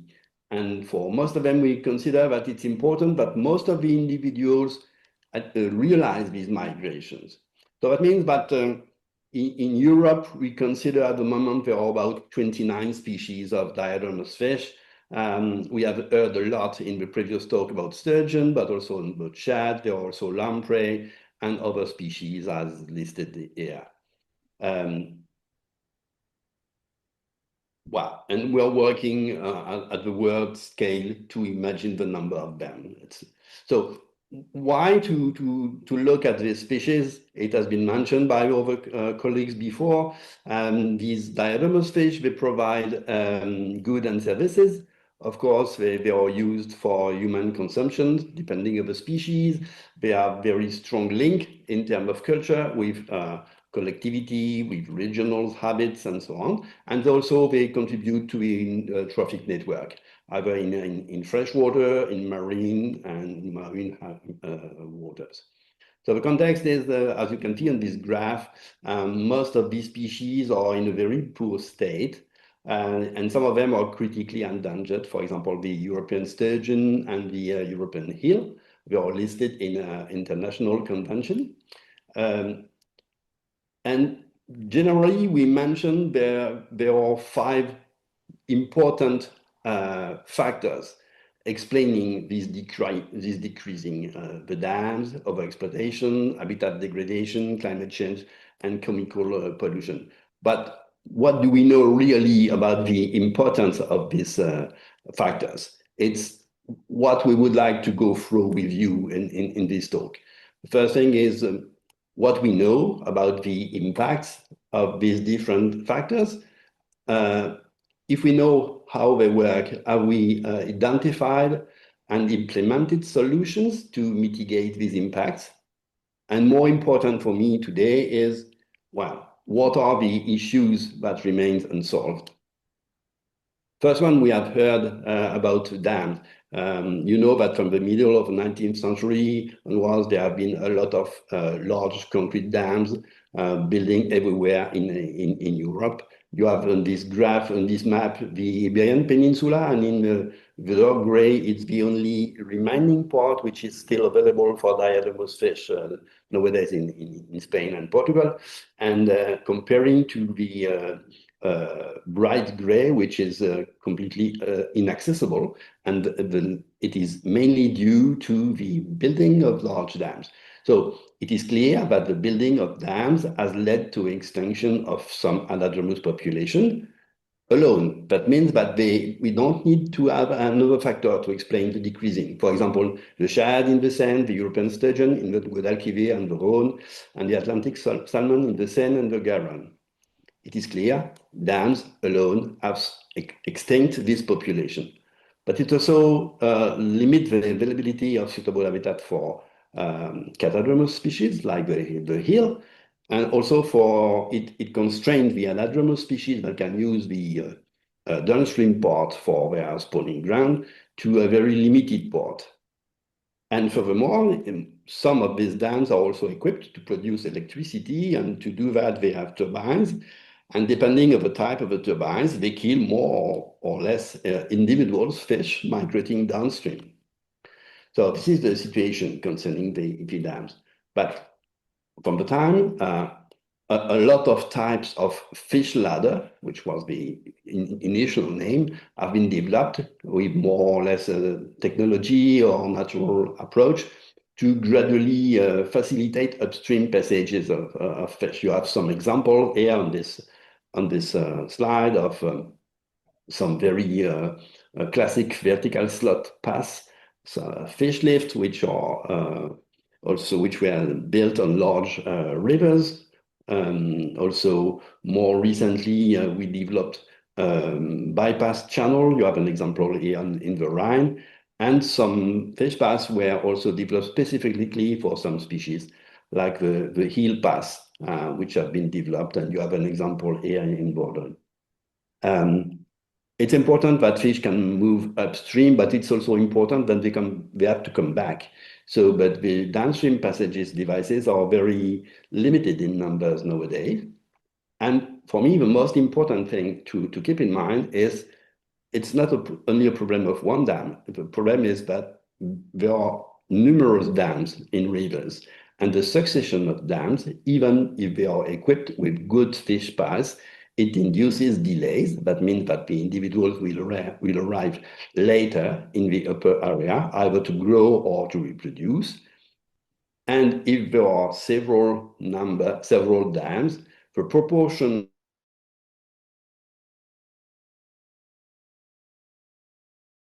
on this small graph, you can see that if we have fish paths with 50% efficiency, that is very, very high and impossible for a lot of species.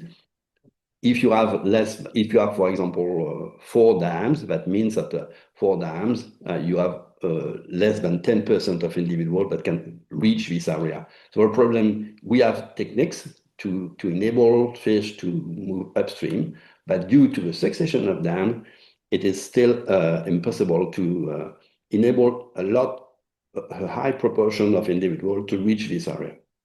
So what we observe there, at the moment, when there are a series of dams which are no longer in use, and there is a trend to remove them.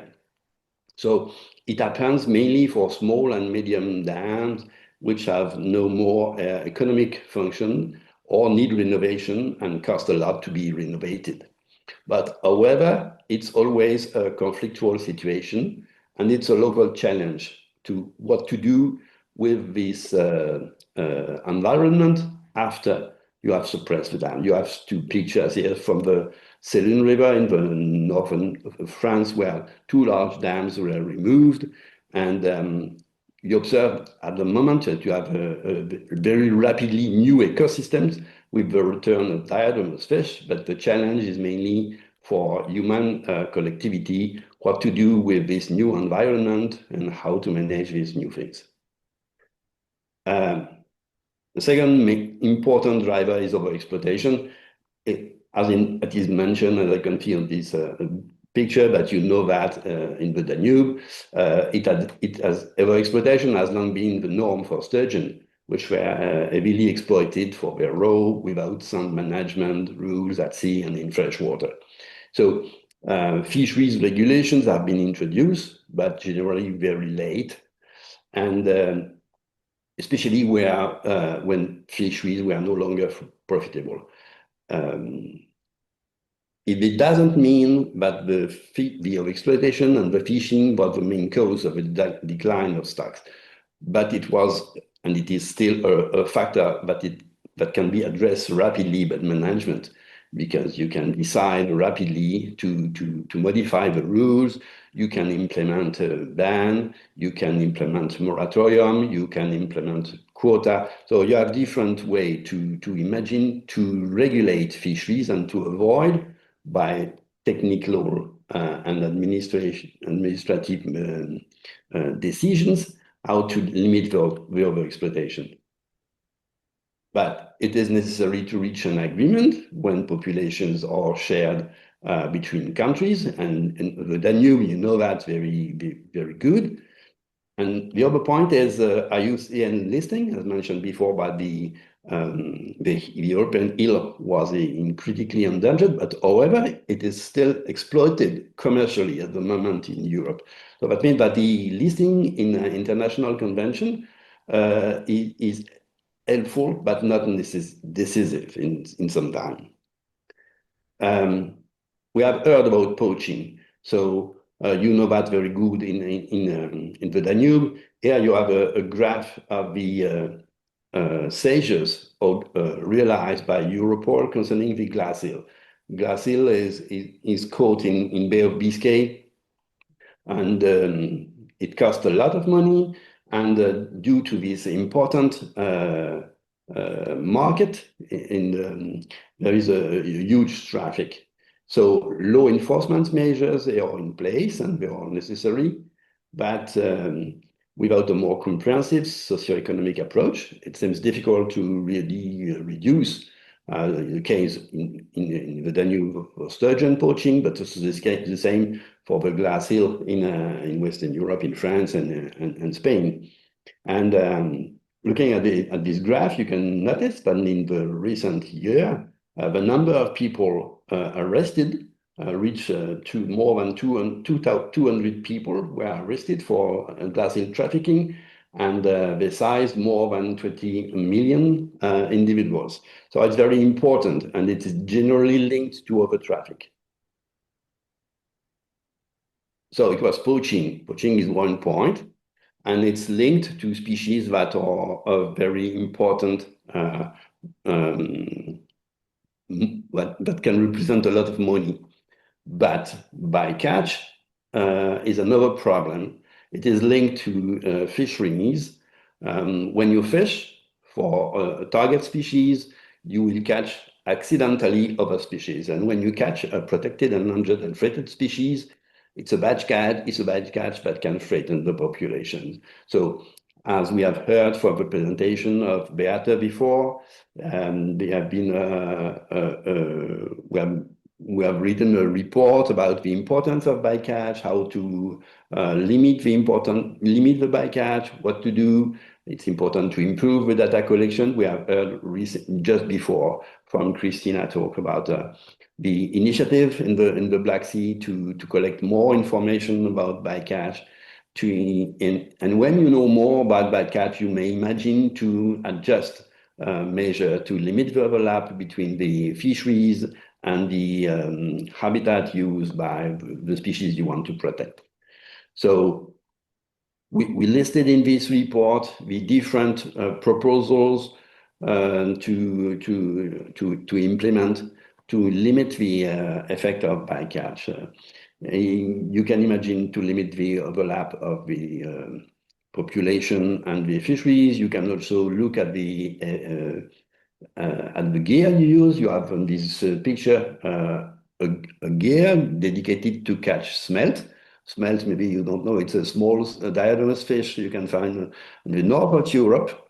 And in this smelt trap, they have worked to implement a small system to enable eel escapement. So it's an example of modification of gear that can limit the effect of fisheries on a protected species. Habitat degradation is something that has an impact not only on diatomous fish, but it impacts all the ecosystems. You have roughly two types of big modification. First one is limitation of the river discharge. It can be linked to the implementation of dams upstream. And from that, you control and you modify the discharge. So this artificialization of regime linked to completely change of flow, and it modifies the cues the fish can use to migrate. So it's very important also to migration. And the second modification is globally modification of the morphologies. So you have these pictures, where about the transformation of the Danube from during the last 2 centuries. We observed everywhere suppression of meanders, channelization, dredging, modification of substrate, gravel extraction, and so on. All these types of modifications have impacts on the habitats globally, not only for sturgeon, not only for diatomous fish, whatever the species. You have on this graph on the right, you have the evolution of the rivers runoff in eastern part of Europe, and what you observe is, in that case, it was due to the use of the water for agriculture. We observed a decreasing of our river runoff with impact on diatomous fish in terms of habitats. And the picture on the extreme left is an irrigation channel at the first dam in the Ebro in Spain. The first dam is located not very far from the sea, and at the first dam there are 2 irrigation channels, one on the right and one on the left, and maybe that means that 1/3 of the river is going in each of these irrigation channels. That means that the remaining water on the main stream is limited to 1/3 of the river natural flow. So it's very impacting for individuals. So what we can do and what we know to do in terms of improvement of habitat, there are two types of things. Either you can create artificial habitats that mimic natural habitats that have disappeared. So it's important to look at eco-hydraulic parameters, and it started in the 70s, and after that there was quite nothing. And more recently, especially with Chinese scientists, work a lot on these aspects. The other aspect is more well used, well observed, is the restoration of riverine habitat, doing diversification of substrate, addition of stones in river. You can remove fine sediments, as you can see on these smaller rivers in front of the Pyrenees, where guys are moving the stones to remove fine sediments and improving the water and the habitats, especially it was for salmonid in this case. And you can also restore pool and reef successions and meander. So all these types are what we mentioned, nature-based solutions, and they are very important and more used. And for these three types of effects, a common solution was to release actually real fish in a way to counterbalance this pressure. It concerns more than 20 species of diatomaceous fish.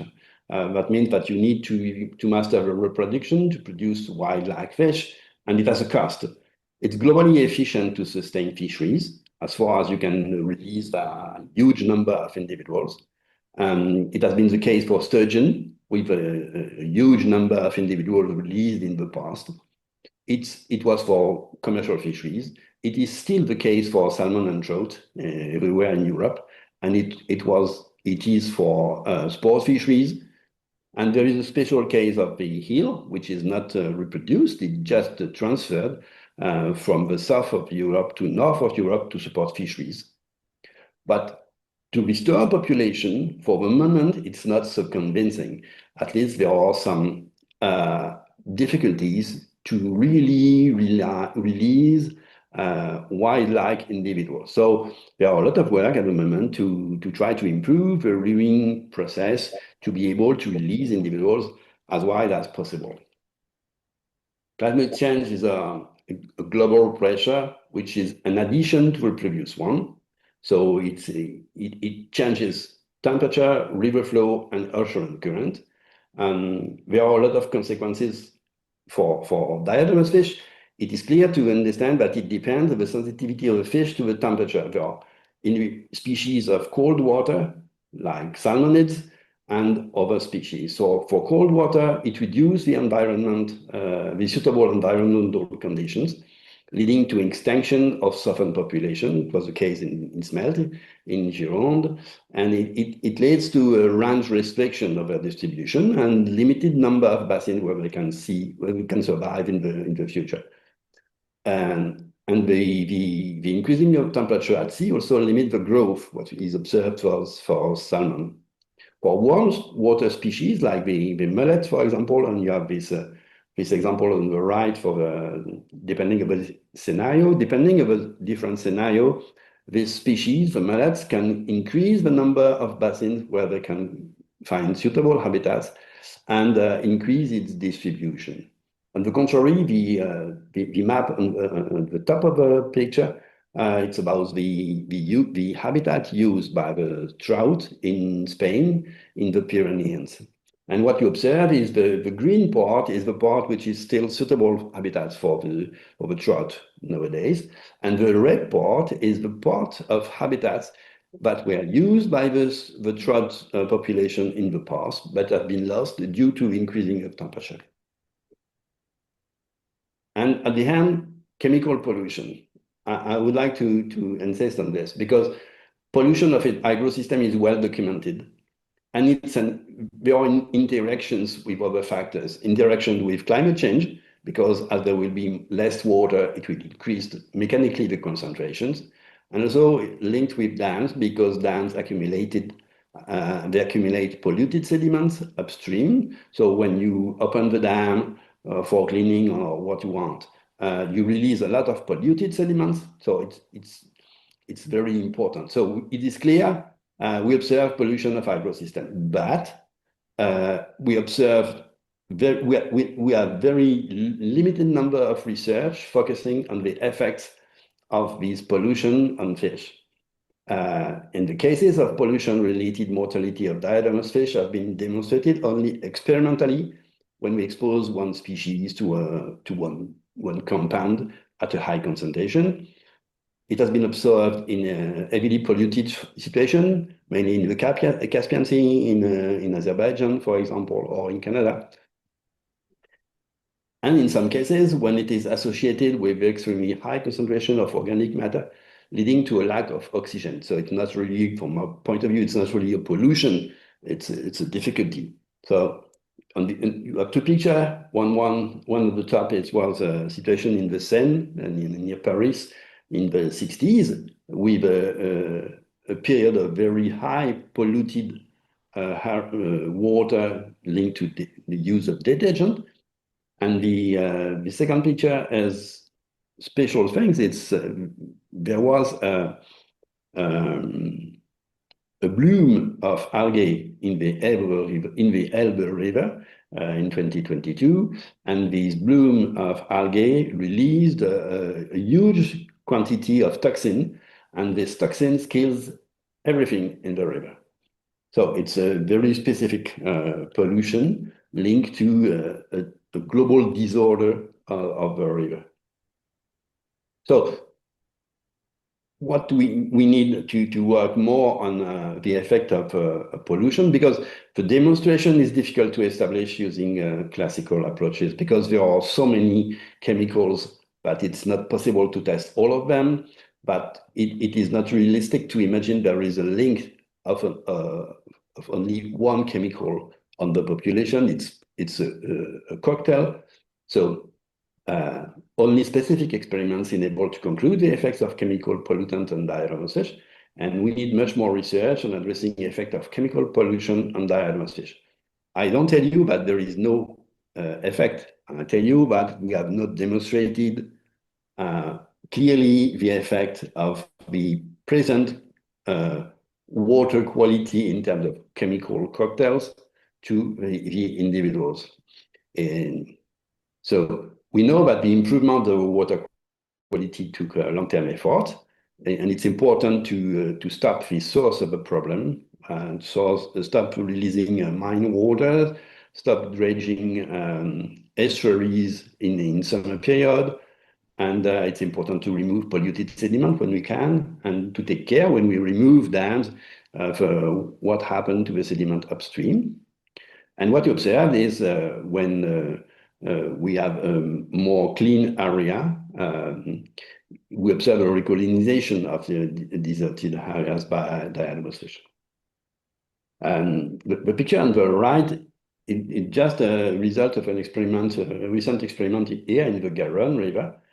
And we compare the exposition of eggs to the Garonne River and to the control, it was tap water. And what is observed is that the development of the eggs in the river at a good temperature, good level of oxygen, there is a very high mortality in the river compared to what we observe in tap water, which is not necessarily a very good situation.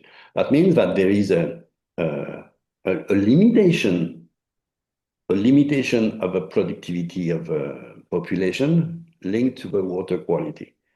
And this type of information is very important to put effort to restore the water quality. As far as we have not this kind of information, it's difficult to put pressure on improvement of water quality. So it was what I would like to tell you today. So I would like to thank you for your attention, and wish you the best for the rest of this day. Thank you. Thank you, Eric. It was a very interesting presentation. I have from one colleague the first question. It's about this issue with dams. because the influence of dams to the migration of fish and also to the pollution, it's very big. How you can see this problem? How do you have a solution or some ideas about how to resolve this issue with dams? The important thing is, well, my talk was very global, but the reality is very local. So you have to consider your situation. I mentioned the importance to look at when you have a river with succession of dams. It's important to consider this. It will not be possible to equip them, all of them, successively. So it's a point. If we have only one large dam, situation is not the same. For example, in the Danube, you have a huge, large dam. Yeah. And you know that when you will be able to equip this dam, you will open a large part of the Danube with new habitats available for fish. So it's important to look what you will get when you equip one dam. It will depend on the species, because some of them can use the device, some can't. For example, the flounder, I don't remember if you have flounder in Black Sea. Wow, they are very weak to use fish compared to... They have something like elevator, I saw, to give the fish possibility to move up in the river. Yeah, the elevator, they can work. There are some in Garonne, there are in the Volga, there are in US. The difficulty is that you have to attract the individuals to a lift. You imagine looking at the size of the Danube, you have to tell the fish it's there. You have to go there. So it's a key point to attack them. After that, it's a technical problem. You have to maintain the system. It's a technique. You need people to take care of the elevator or to maintain it. You have trees in it. You have different kind of so it's depending on the device you use, you have to maintain it properly. So it's important. So location, type of patch, maintenance, and the problem of the pollution is when you have a dam, whatever the dam, you have blocked sediment upstream. And when you block sediment, you have also blocked a lot of other things. And among these other things, you have blocked of pollution, different things. So it is blocked. Sometimes depending on the dams, you have to open it to clean. And my suggestion is not to open and to clean up downstream. It happens, but to try to remove sediments and to put them somewhere with less risk for the environment. But when, for example, in the example I mentioned in the Saloon, they suppressed 2 dams. They were more than 20 meters high of these dams. So that means it was a huge quantity of polluted sediment upstream. And it took several years to take this part, to dry up these parts, and to take the polluted sediments on the land. So it's a huge work, but it's important also. Yeah, we make something like that in Romania with one big dam, and the reservoir in back of the dam was very big, and some of the city below the dam was affected about lack of water. This is another issue. Need to discuss if you want to proceed in this way.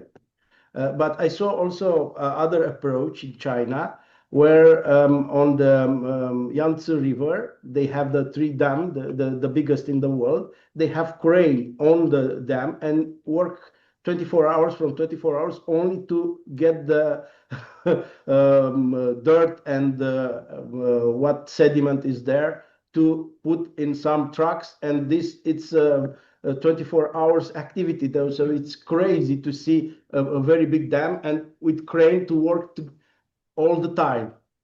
It's not ideal, I think. Well, you have to find your local solution with your local problems. But it's important to look at what exists and what can be done in terms of management to improve the conservation of environment. Yeah, and the cost, of course. Other questions? are here. Other question? Yeah, another one. Move also the video. Ionuț, video. Bonjour Eric. Salut. Yeah, bonjour. Bon, mon demande sur la cette combination entre échange climatique et la pollution des chimicals. Bien sûr, en amont, il y a l'anthropisme. Toutes ces combinations, comme dit direct et indirect, bien sûr, faire aussi, comme je dis, il y a une pression sur la ressource aquatique.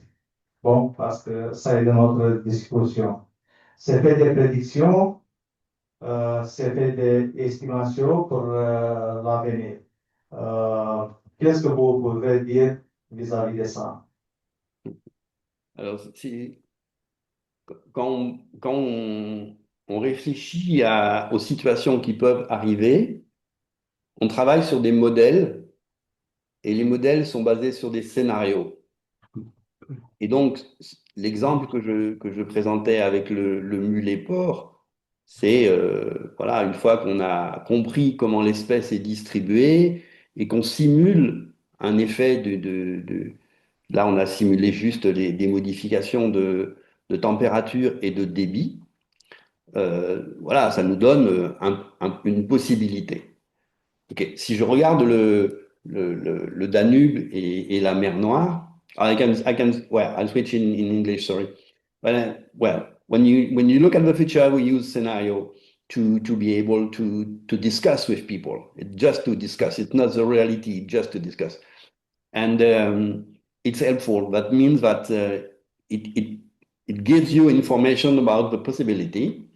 And looking at the situation of the Danube and the Black Sea, we did that in the past for different diatomous fish. And we know, depending on their sensitivity to temperature, we know which one will be the more impacted. But, however, it is just a simulation of temperature and river flow, river water. We don't include the effect of the pollution we mentioned. We don't include the effect of all the measures that can be implemented to protect the fish, to limit the pollution, and you can also, we know that we can delay the increasing of temperature. For example, if you plant trees along the rivers, you can decrease the temperature. If you suppress the small dam, you decrease the temperature. So there are different ways to adapt progressively, and that's it. So it's not a prediction; it's just an analysis of scenario. And regularly we have to update with a new scenario. And with the new information we have concerning the sensitivity of the different species to temperature, to pollution, so research is also there to give inputs for managers and people involved in conservation to go further and to think to new measures. Okay, thank you, Eric. First was almost ready to start to translate from French in English, but you switch. Thank you for that. Merci beaucoup. Comme ça. With this, we will go to the next presentation. The next presentation will be a video made by WWF Romania. You'll see it's a big surprise from some of the people.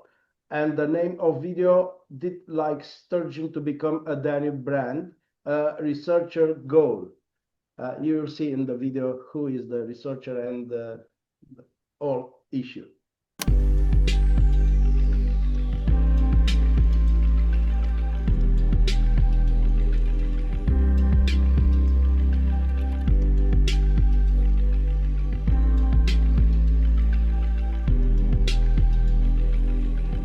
Sturionii m-au fascinat pentru că sunt fosile vii și sunt foarte importanți pentru Dunăre și pentru ecosistemul nostru și am simțit că trebuie să am o responsabilitate pentru aceste animale.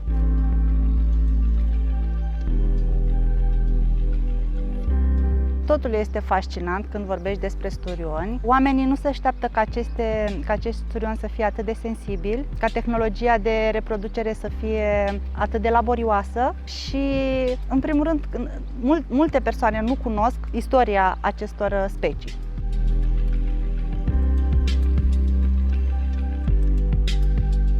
Ideea este că discutăm despre niște tehnologii puse la punct de instituția noastră din anii 90. Dacă discutăm despre aceste tehnologii, prima etapă tehnologică cere selectarea lotului de reproducători. După această etapă urmează aplicarea tehnologiei de reproducere artificială, tehnologie ce implică o injectare a reproducătorilor cu diferiți hormoni. Apoi urmează etapa de mulgere a icrelor, recoltarea produselor seminale, atât a icrelor cât și a spermei. După aia urmează partea de fecundare și apoi urmează incubația, după care perioada larvară, perioada post-larvară și apoi ajungem la etapa de juvenil. Etapă în care acest material biologic poate fi populat. Încercăm să fim cât se poate de la punct cu standardele europene de lucru cu aceste animale și ne dorim într-adevăr să reușim să avem o bancă de gene și să putem oricând să producem puiet și să populăm acolo unde este nevoie, când este nevoie.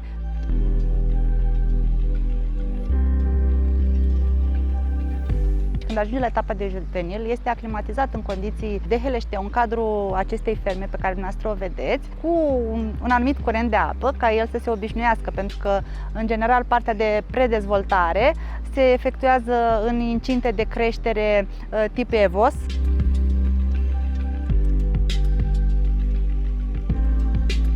Până acum, colaborarea cu WWF România și probabil că și de acum încolo va fi una fructuoasă, pentru că de fiecare dată când ne întâlnim este fascinant și productiv. Am făcut împreună o activitate de populare de susținere la ICDEAPA în anul 2024. Am fost susținuți prin proiectele WWF cu pituri pentru materialul biologic produs de noi pe proiectele noastre. Rezultatul a fost unul foarte bun. Materialul biologic a plecat din zona respectivă și, într-adevăr, colegii din Ucraina au găsit material biologic populat. Sperăm că peste 6, 7, 8, 10 ani să găsim acele pituri și să fim mândri de ceea ce am lucrat.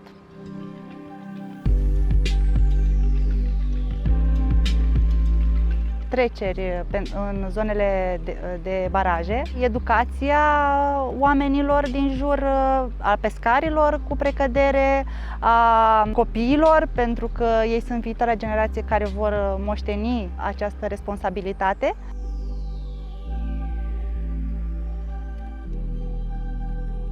Aș dori ca Dunărea să devină un coridor liber pentru sturioni, ca sturionii să devină brandul Dunării.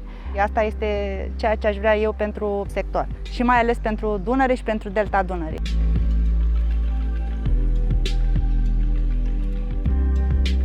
În primul rând, existența unei populații sustenabile primează. Apoi ne putem gândi dacă noi oamenii putem beneficia de această resursă. Sigur, resursa este importantă, a fost importantă, reprezintă tradiție pentru delta Dunării. Știm foarte bine că comunitatea din Sfântul Gheorghe avea pescuit tradițional la sturioni, dar în primul rând cred că este important să avem o populație sustenabilă și apoi să ne gândim dacă vom putea pescui aceste specii.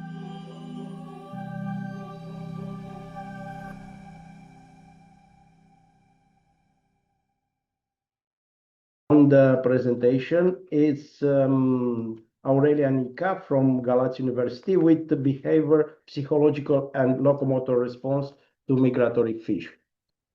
Good afternoon, everyone. My name is Aurelia Nica from UDJG, Dunărea de Jos University of Galați, and in this wonderful day, World Fish Migration Day, I will present behavioral, physiological, and locomotor responses to the challenges of migration.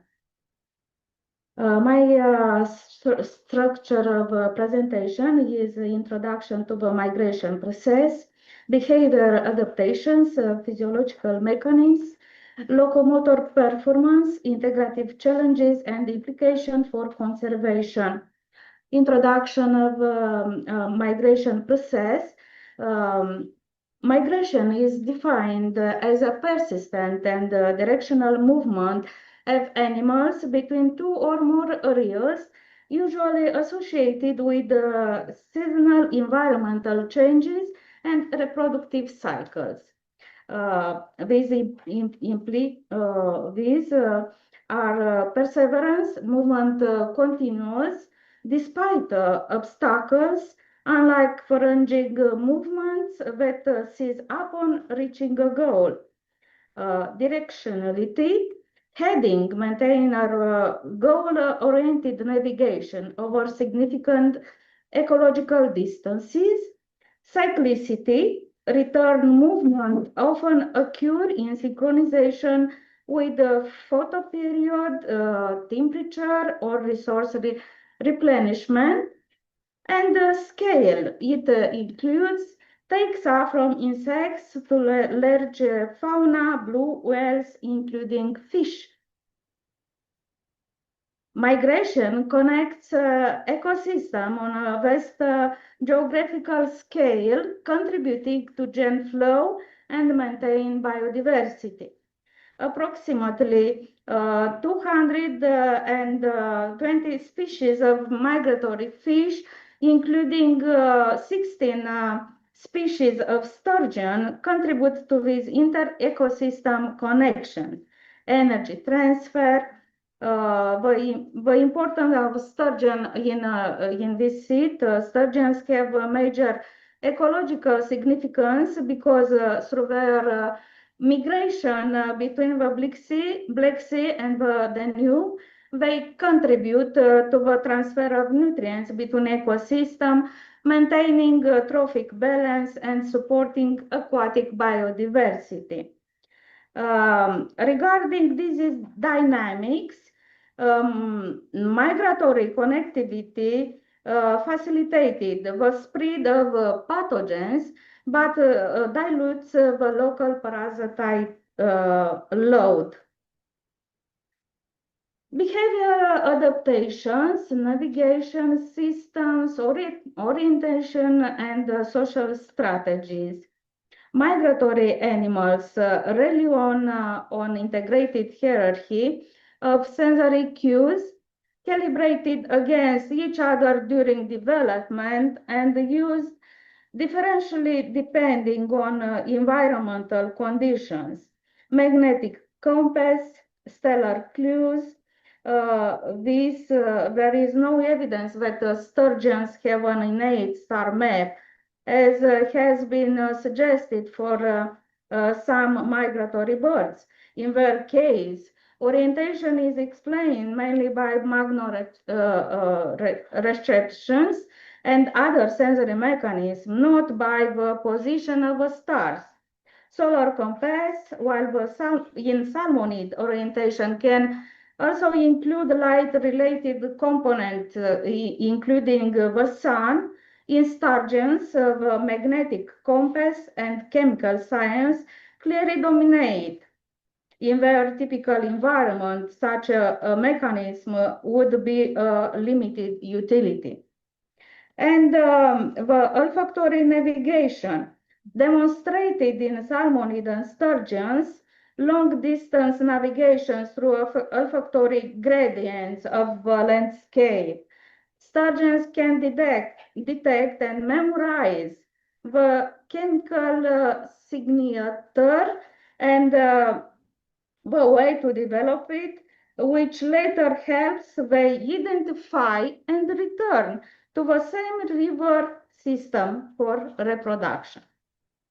The phenomenon of migration consists of a neuroendocrine increase in locomotor activity, observing caged migratory birds during expected migration seasons. This serves as a fundamental model for studying endogenous migratory programs in animals. Endogenous circadian rhythm, photoperiodic modulation, directional component, and hormonal basics. Social behavior during migration ranges from strict solitary migration in sturgeons to cohesive schools in other migratory fish, with profound implication for information transfer, predation risk, and energetic efficiency. Sturgeon characteristics, they move independently without a coordinated bank structure. They may follow the same general routes, but they do not maintain a stable social organization. Interaction between individuals are occasional and do not involve group coordination. Physiological mechanism, hormonal energy regulation and immune adjustments. The neuroendocrine system orchestrates the seasonal transition into the migratory state through a cascade of hormonal signals, integrating exogenous cues with the endogenous circadian programs. Melatonin encodes photoperiodic information. The duration of a nocturnal peak signals the duration of the day. Drives circadian programs in the hypothalamus, corticosterone, dual role, promote feeding and hyperphagia, then triggers emergency migratory behavior. Prolactin suppress reproductive activity during migration. High levels inhibit territorial behavior, decrease before the breeding season arrives, and HBG axis is suppressed during migration by the refractoriness of long photoperiod. It is reactivated by the decrease in day length during wintering periods. Full storage and energy challenges. Migratory fish face extraordinary energy demands. Long-distance migrants must accumulate sufficient fuel reserves to cover transoceanic and transcontinental distances, often non-stop. Increase in body mass by fat deposition before migration. For example, the eel has one of the longest reproductive migrations known among aquatic vertebrates, and increase the resting metabolic rate during maximal migratory effort compared to the non-migratory state. Regarding reversible organ remodeling in migratory fish, one of the most striking physiological adaptation in long-distance migrants is the capacity for reversible organ hypertrophy and atrophy, allowing for dynamic reallocation of the body's resource. For example, muscle changes, but digestive tract during reproductive migration, many species reduce or stop feeding, partial atrophy of intestinal cues, and after returning to feeding habitats. The intestine regenerates functionally and morphologically. Regarding liver, before migration, intense accumulation of lipids. During migration, progressive consumption of these reserves. Heart, cardiac hypertrophy correlated with migration distance, increased cardiac output and aerobic capacity. Brain, hippocampal neurogenesis increases in migratory species and provides improved spatial memory for navigation. Immune function and the migration infection trade-off. Migration imposes significant immunological changes. The migratory endgame hypothesis posits that migrants systematically reduce costly immune functions to prioritize locomotor performance, increasing susceptibility to infection.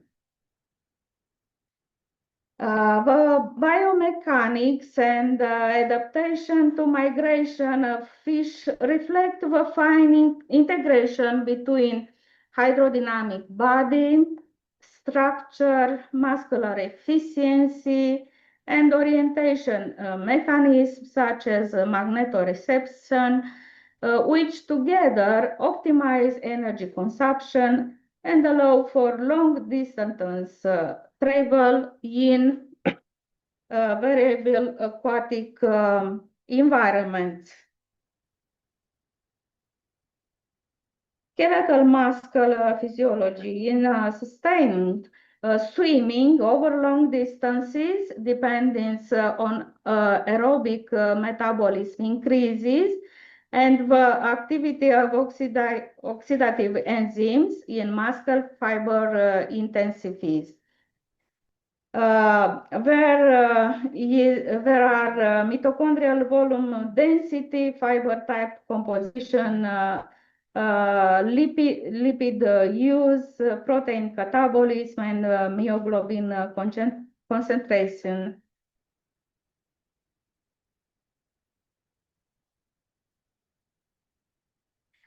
Substantial variation in migratory traits within a population provides the raw material for natural selection in rapidly changing environmental conditions. Plasticity allows tracking of environmental changes across generations. Partial migration, coexistence within a population of migratory and resident phenotypes, a strategy depending on condition in which dominant individuals can remain resident throughout the year. Different is migration programs structured by sex and age. In sturgeon, for example, juveniles remain in the breeding areas. Sexually mature adults are the ones who make the long reproductive migrations between the Black Sea and the Danube. This process is epigenetic modulation, DNA methylation patterns, regulate migratory gene expression. Environmental stressors during development alter adult migratory behavior. Conservation implications.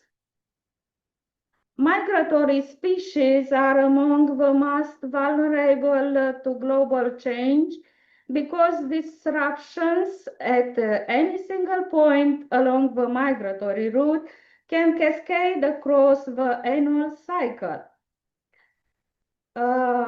I will follow the light pollution, artificial light, as night disrupts magnetic compass orientation. and the ecological traps, anthropogenically created habitat resembles high-quality habitat but reduces survival. Migrants preferentially settle, incurring fitness costs.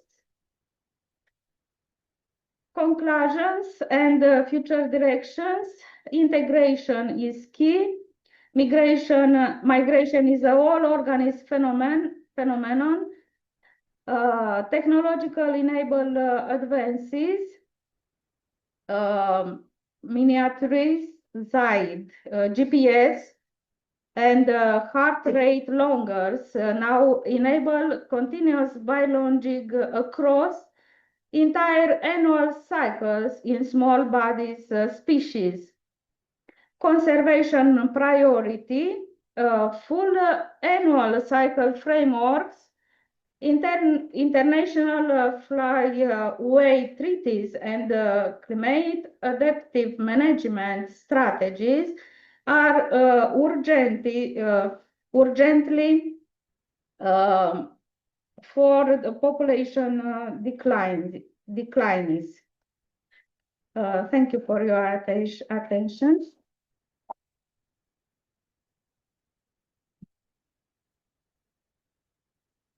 See some questions? No? Thank you very much. We'll go to the next one. Next one will be online. It's about mapping sturgeon foraging area in the Western Balkan Sea. Will be kept by Mr. Victor Nitsa. Biosphere Reserve Management Plan and Regulation. It was implemented between 2019 and 2025. Currently, the documents, the management plan and the regulation are pending final approval at the Ministry of Environmental. Our institute was partner number 3. We focused in this project mainly on 2 activities: the inventory and mapping of fish and cetacean species in the marine zone of Danube Delta Biosphere Reserve, and the inventory and mapping of feeding habitats for all sturgeon and shad species in the same area, the marine area of the Danube Delta Biosphere Reserve. We performed scientific fishing surveys in the northwestern area of the continental shelf, following which an inventory of the ichthyological biodiversity was made. The fishing gears used were pelagic and demersal trawls and gill nets. During our fishing operations, 15 sturgeon specimens were accidentally caught, which were later subjected to stomach content analysis applying the non-invasive method of gastric lavage.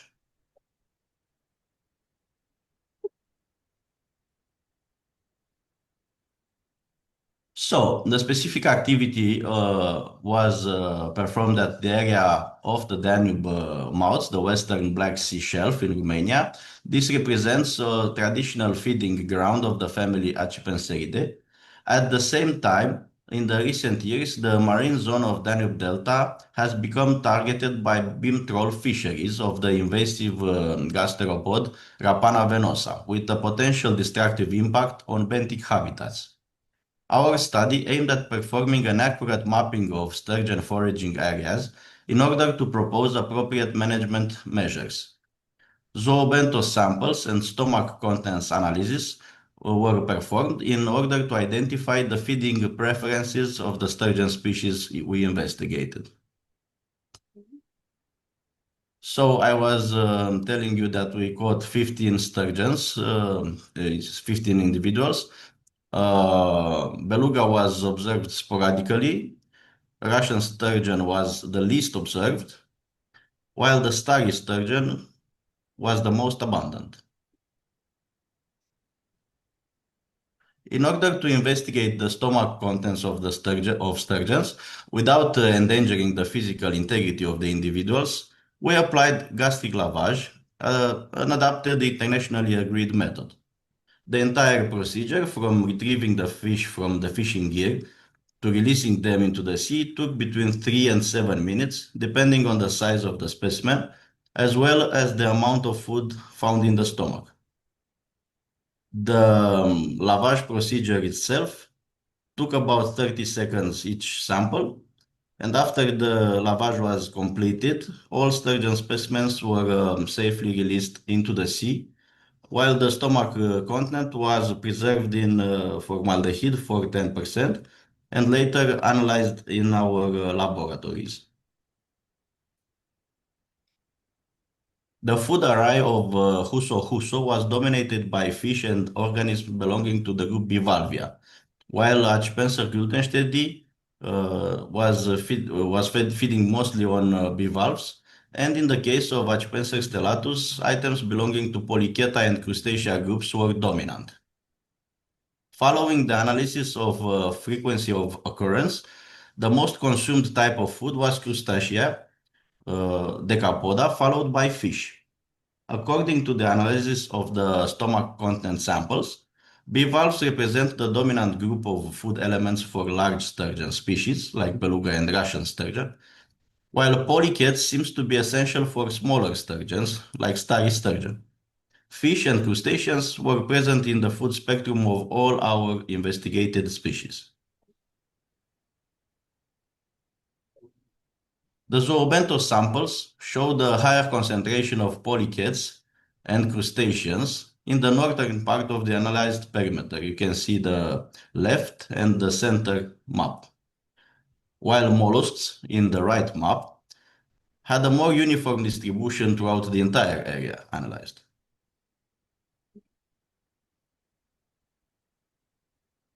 I want to emphasize a unique habitat. Natura 2000 habitat 11702, Mytilus galloprovincialis biogenic reefs, which also corresponds to Eunice mussel beds on Pontic circalitoral terrigenous muds. The biocenosis of deep sea mussels is one of the most characteristic and well-defined, both for the Romanian coast, but also for the entire Black Sea basin. Near the Romanian coast, the biocenosis occupies a vast area between 25 and 45 meters, and it can reach 48, even 70 meters deep, but it appears to be in its typical form between 30 and 50 meters deep. Because of the very little consistent silt, the population of the leading form of this biocenosis, Mytilus galloprovincialis, have an uneven distribution, forming small agglomerations. They attach one to another, so they form the so-called mussel clumps. The mussel clumps present here have an essential ecological role on these soft bottoms because they provide hard surfaces on which a big variety of organisms can attach, and they have a very important trophic role for the fish species.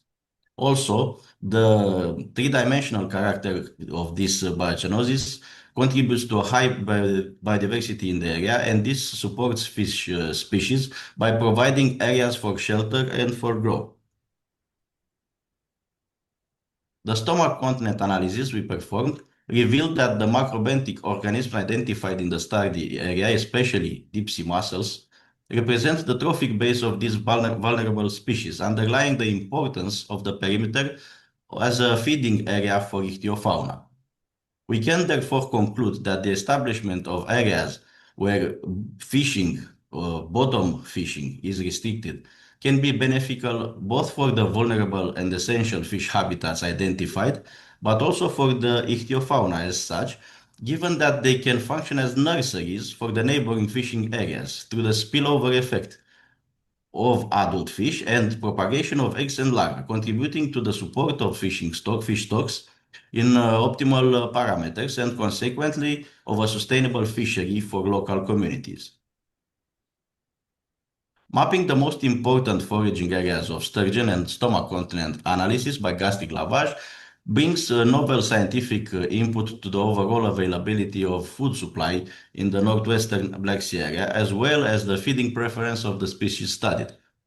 The analysis of the two data sets, stomach content and zoobentos samples, clearly indicates that sturgeons can find in the investigated area sufficient food for the population. Moreover, sturgeon populations are impacted not only by the destruction of their feeding habitats, but also by IUU fishing, which is a major issue affecting all Black Sea stocks. So stronger control enforcement should be encouraged, reducing the existing pressure on these flagship species of the entire Danube basin. Acquiring a sound knowledge of the food items in the investigated area, namely Danube Delta marine zone, is essential, especially for the conservation of all three sturgeon species, but also for raising an alarm signal that beam trolling should be strongly regulated. You can see, I hope you can see this QR code, and I invite you to scan it using your phone camera. It will open a published paper, because we already started with this to help with this regulation of beam trolling. Based on our findings, the first national fishery restricted area, NFRA, was officially established by law. It is located in front of Sahalin Sfântu Gheorghe, between 40 and 50 meters depth. It covers 272 square kilometers, and it is an area where the beam trolling is forbidden. This will allow for very good recovery and flourishment of the mussel beds of the deep sea biogenosis to be very rich and dense, and to function also for the spillover effect, to function as a nursery for the surrounding areas. So this is an approach to ensure that the marine population of sturgeon, because I was when I observed how big interest the beam trawlers have in harvesting all soft bottoms. Very much. Bună ziua din nou. În cadrul evenimentelor organizate cu prilejul World Fish Migration Day 2026, Complexul Muzeal de Științe ale Naturii Răsvan Angheluță Galați a derulat programul educațional Călătoria peștilor migratori între libertate și obstacole. Program educațional dedicat elevilor pasionați de cunoaștere și de artă deopotrivă. Programul a avut ca obiect apropierea elevilor de problematica speciilor migratoare și în mod special de situația critică a sturiolilor din bazinul Danubio-Pontic, specii emblematice pentru relația dintre fluviu, mare și, nu în ultimul rând, comunitatea umană. Elevii clasei a 6-a de la școala gimnazială Miron Costin, sub îndrumarea doamnelor profesoare coordonatoare Pavel Dănușia și Anton Marcela, au realizat lucrări de pictură prin care au surprins temele complexe și actuale, migrația peștilor, obstacole create de activitate umană și fragilitatea echilibrului natural. Aceste lucrări demonstrează că educația pentru mediu nu poate depăși nivelul informației teoretice și poate genera reflexie, stabilitate și implicare. Așadar, vă rog să dăm un rând de aplauze pentru tinerii care au realizat aceste lucrări. Și cu acordul dumneavoastră o să îmi cer permisiunea să îi premiem cu câte o diplomă de participare pe absolut toți și să le înmânăm câte un mic suvenir din partea noastră. Îl rog pe domnul Dima și pe doamna Cristina Munteanu, dar nu în ultimul rând și pe colega mea, doamna Grigoraș, să vină alături de mine. Da.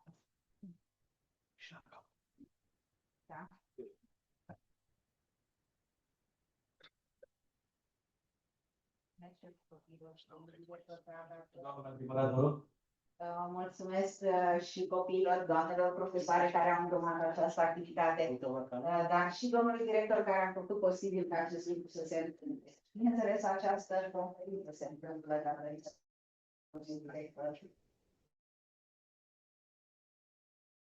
prezentării că suntem ca Rosa. Da, o să vă scriu pe fiecare în parte și o să vă rog să veniți alături de noi ca să vă putem înmâna diplomele, da? Grigore Lecter, Alexandra Maria.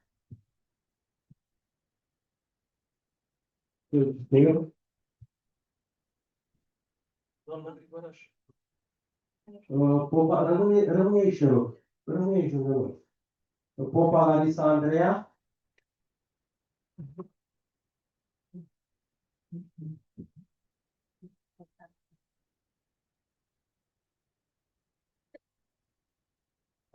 Dobre Maria. Dobre Maria nu este?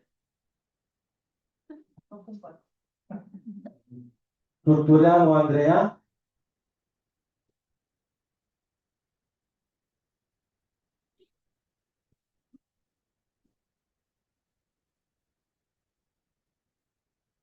Stănilă Miruna Veronica.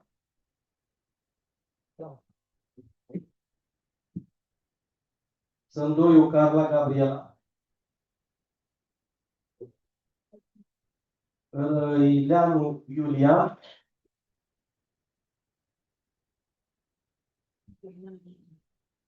Costelnicu Lena Rebecca.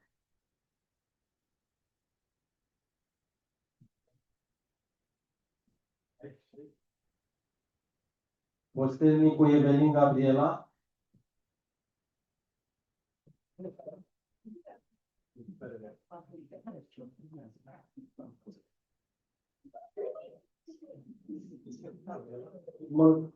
Măcărneanu Jasmin.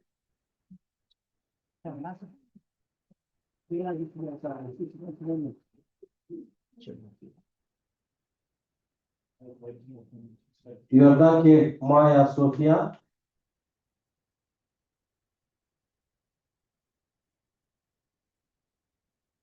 Crăciun Ariana Maria.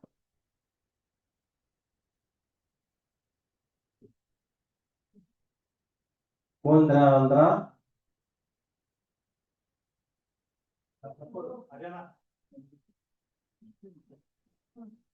Ciopotaru Maia Alexandra.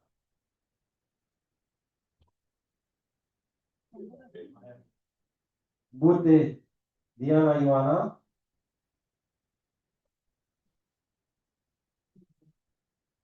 Baston Erica Gabriela.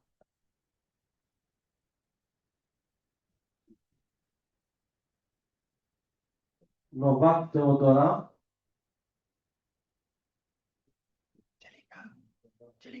Lovin Ariana Ștefania.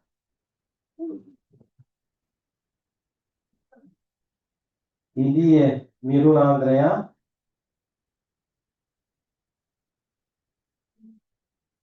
Grama Maria Carla.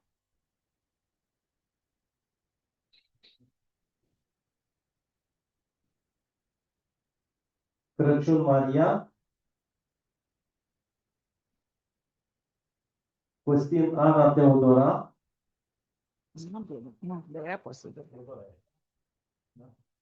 Colea Lavinia. Ciobotaru Ștefania Elena.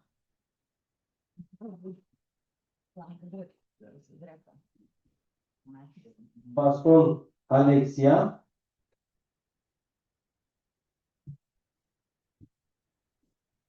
Balaban Raluca Maria. Vasile Antonia.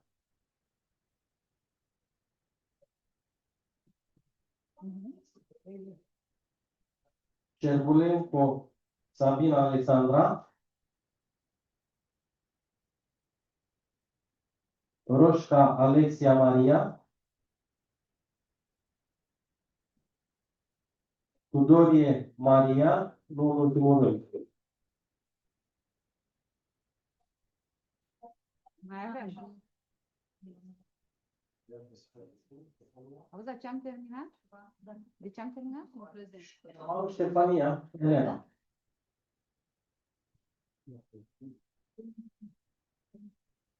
A mai rămas cineva? Da, a mai rămas doamnele profesoare, pe care le invităm și pe dumnealor alături de noi.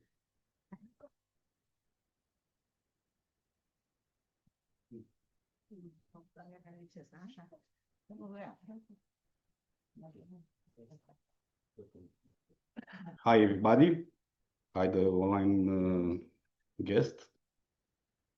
I will try to present the last two decades of Romanian sturgeon ban.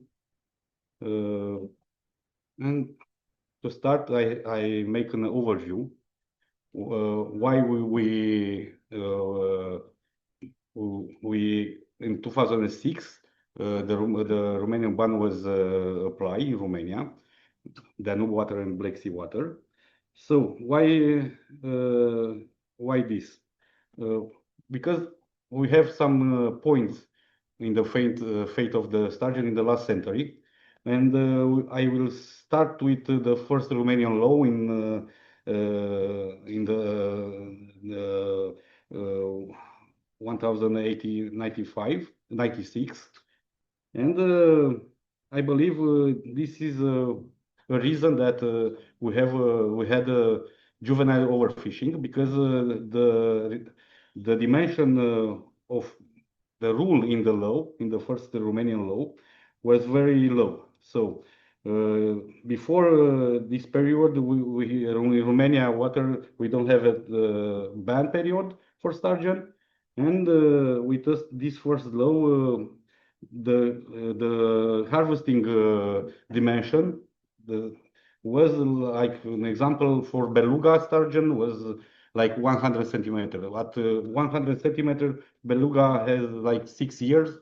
This just juvenile, and these rules was maintained until 1974. So 80 years approximately.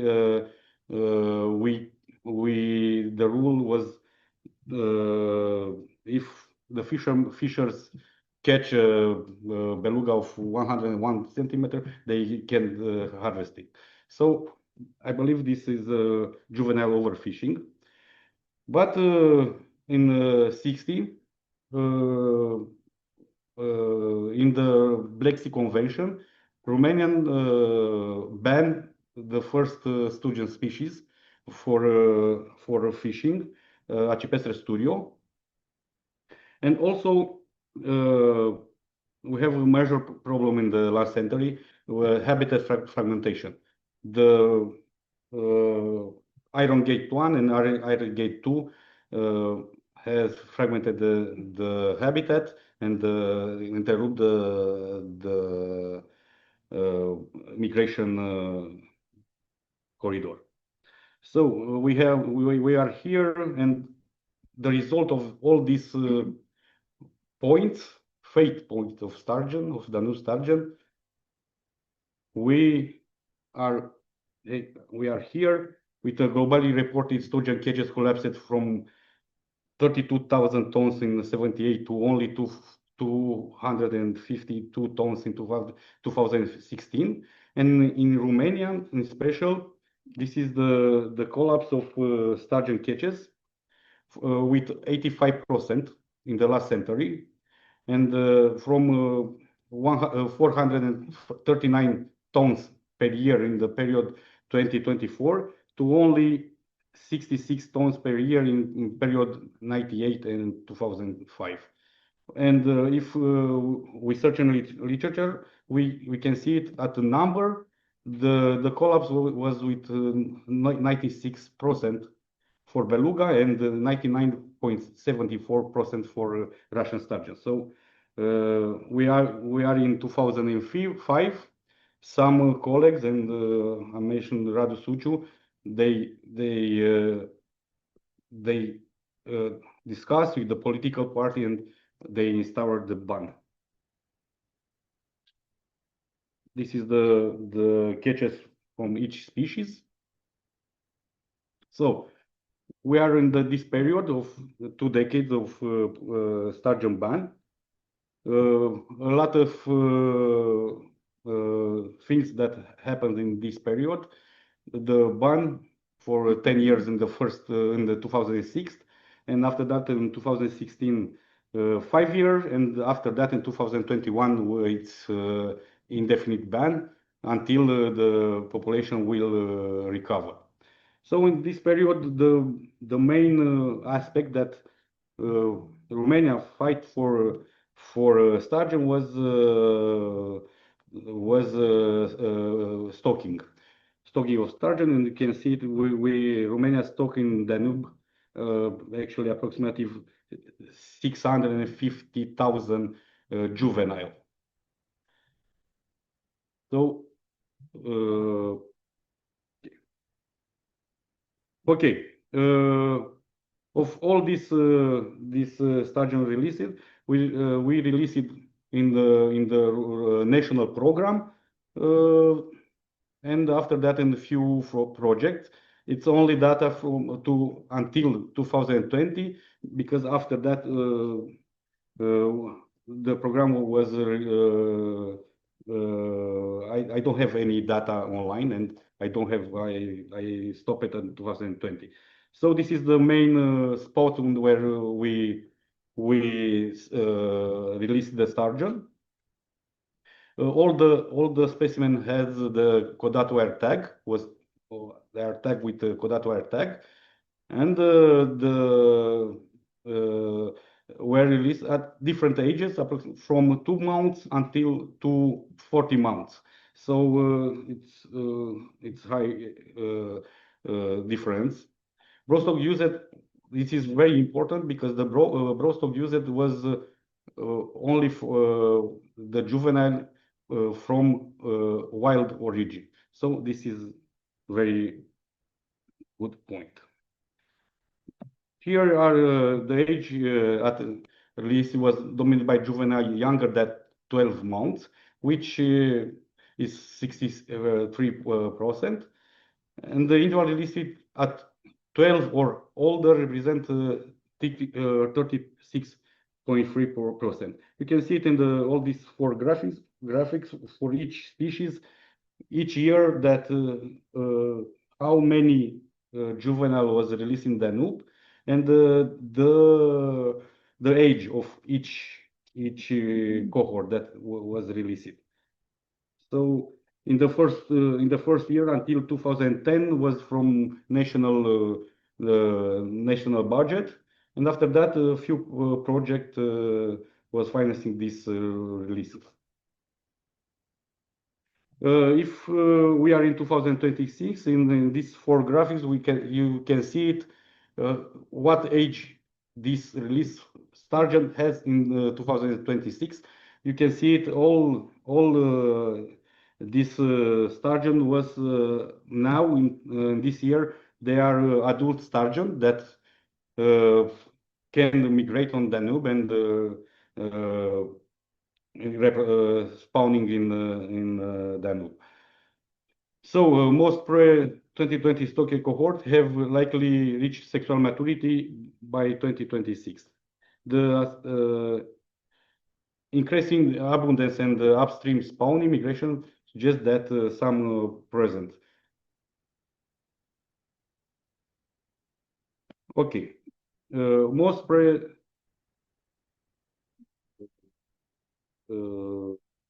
this is in 2013 we start a monitor campaign in Black Sea and Danube River, and you can see it on the GIS map. You can see it all the records of sturgeon, wild and stocked sturgeon.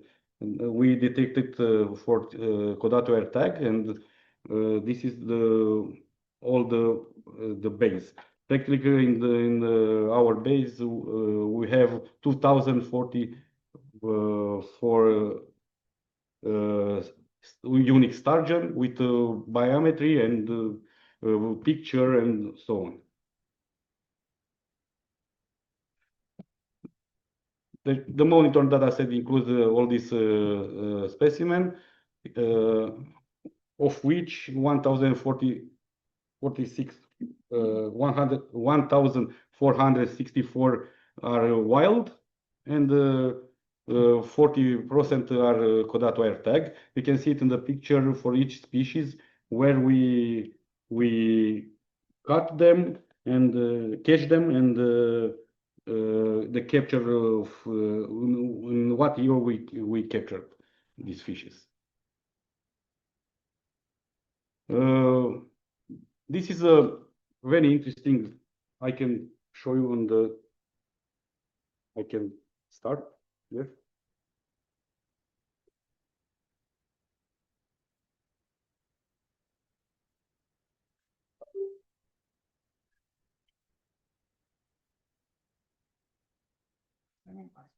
Dau înapoi. Pointerul aici. Aha. Okay. It's a GIS map, GIF actually. In this map, you can see it because not to make me have clear view. So there are few methods of monitoring the fish.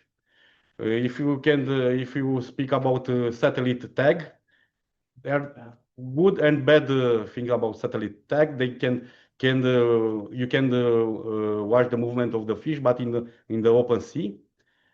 The P tag it's a good tag, but it's not for life. And all the released sturgeon in Romania has this Codatoir tag.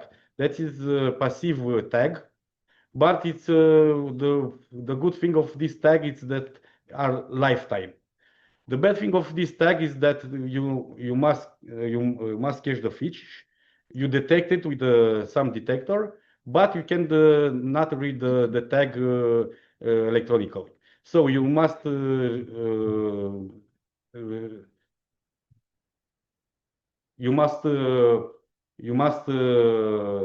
take the fish, and it's very, very hard to get this Codatoir tag. So in this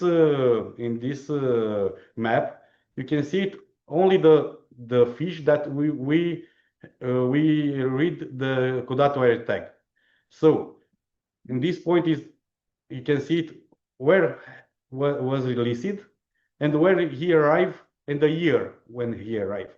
You can see it from these points, Danube 630. Here from Hârșova part, this one he arrived in Sakarya River in Turkey. And this one I catch it in we catch it in was an accidental catch in 2020. Was Russian sturgeon that was going upstream for reproduction. So this is the proof that the sturgeon released in Danube get the sexual maturity and get back in the Danube for spawning. So this is the spread in the Black Sea of a part of these illicit fishes.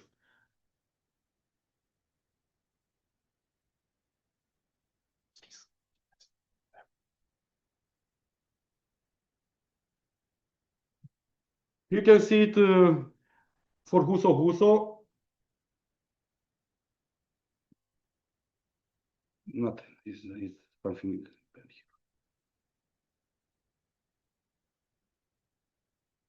One second.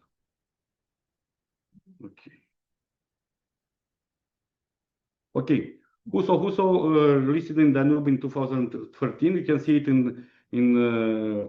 in the first graphic in the upper corner, left corner. You can see it all the catches of this released specimen, and the length and weight relation. in the right part is the foot on conditional factor.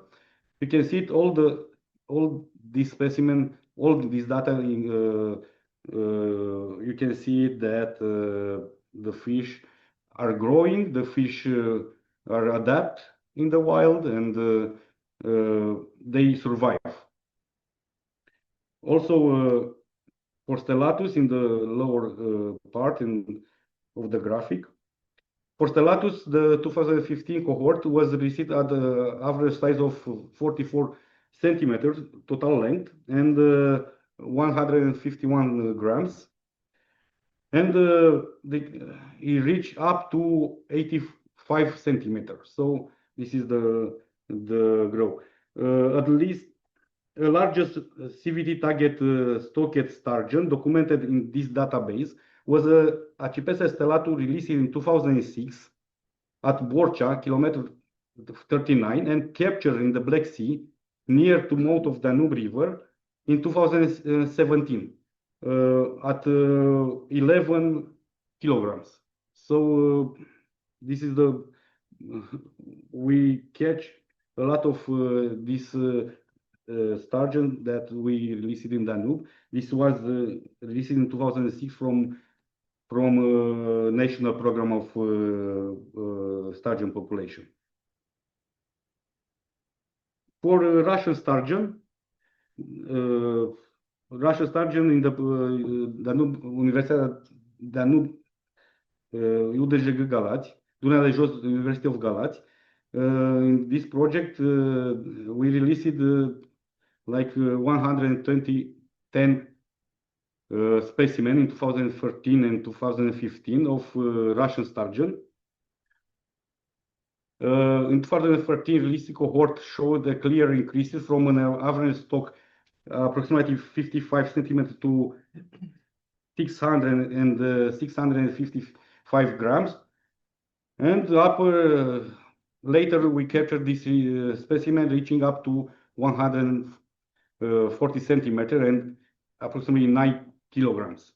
In 2015, we released approximately 95,000 specimen with 38 total length and 197 grams. And we catch it, the last one, I believe, in 2021 at 7 kilograms. Was catching in the north part of Black Sea in the Ukraine area. Also, I managed to monitoring also the wild sturgeon, and in the GIS map you can see it, all this wild specimen that was catching the sea, and in the relation weight length relation you can see it, the growth in the first year of Beluga ioi. So they grow very fast with different forms. You can see it. We catch also in Danube, and after that in the Black Sea. In total, like 400 specimens we able to catch. Major bycatch, poaching, and trafficking remain the main threat of this species. This is only few articles from police, from the press, that showing us that this phenomenon still exists. In my opinion, when we speak about the poaching, is not so poaching, because the poaching means to not have any legal documents like permit, license, so on. But a part of this trafficked sturgeon are catched by legal fishermen, like void bycatch. So the last news was very good news. I believe two weeks ago, in one net of 200 meters. The border police found 17 live sturgeons. So in 2000, I believe from 2013 until 2019, I was in all this year in the area of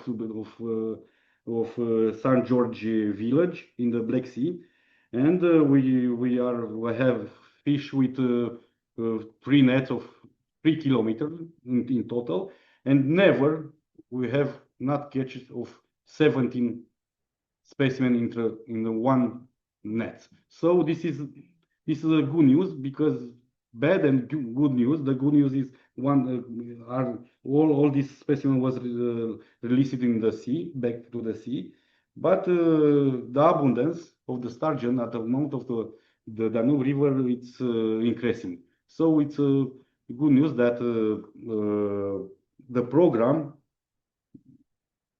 and all the project and all the ban was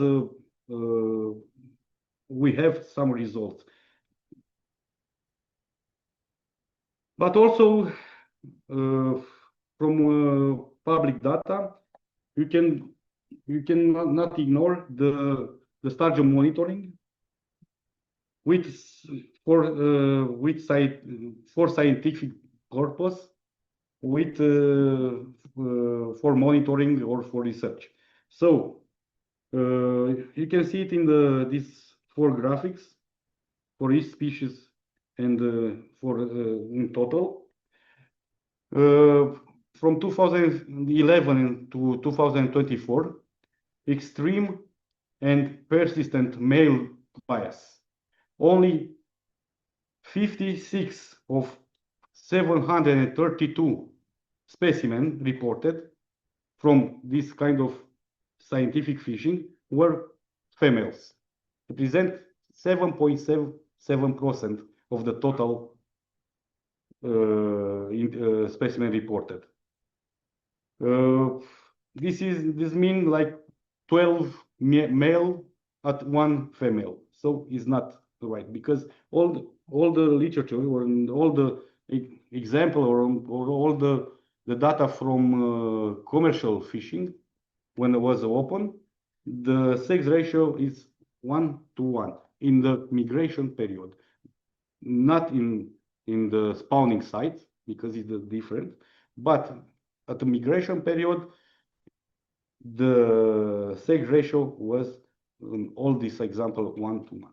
So to have this kind of the balancing, the probability is 2 at 10 at the power of minus 136. So you can see it 0.000000 until Danube. This is the probability to have this kind of sex ratio in this. So in my opinion, you can see it in the map too, because some explain was that all this 1:1 data, sex ratio 1:1 was from different parts of Danube. So here it's a zooming, you can see it.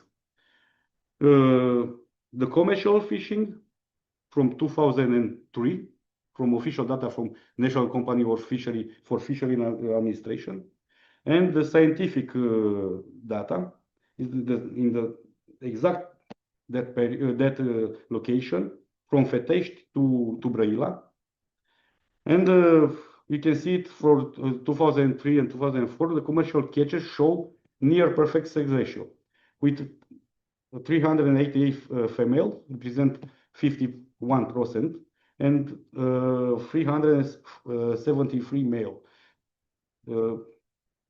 1:1. So by contrast, scientific catches from 2011 and 24 reported only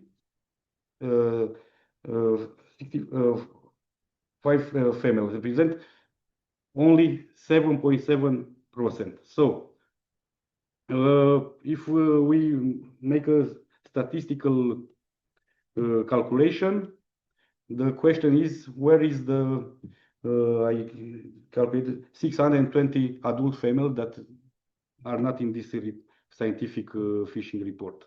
So this is the data. Lesson learned. In my opinion, supportive stocking program can contribute to recover, but only when based on wild origin broodstock. It's very important because, in my opinion, the genetical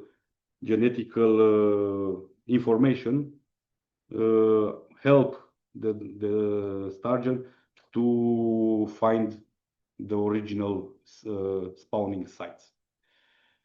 Rigorous tagging, because the monitoring, we need to know the wild one different by the release one, and clear traceability and long-term monitoring. Evidence show that stocked juvenile can survive, grow, disperse, and later as adults in lower Danube. So it's an example here.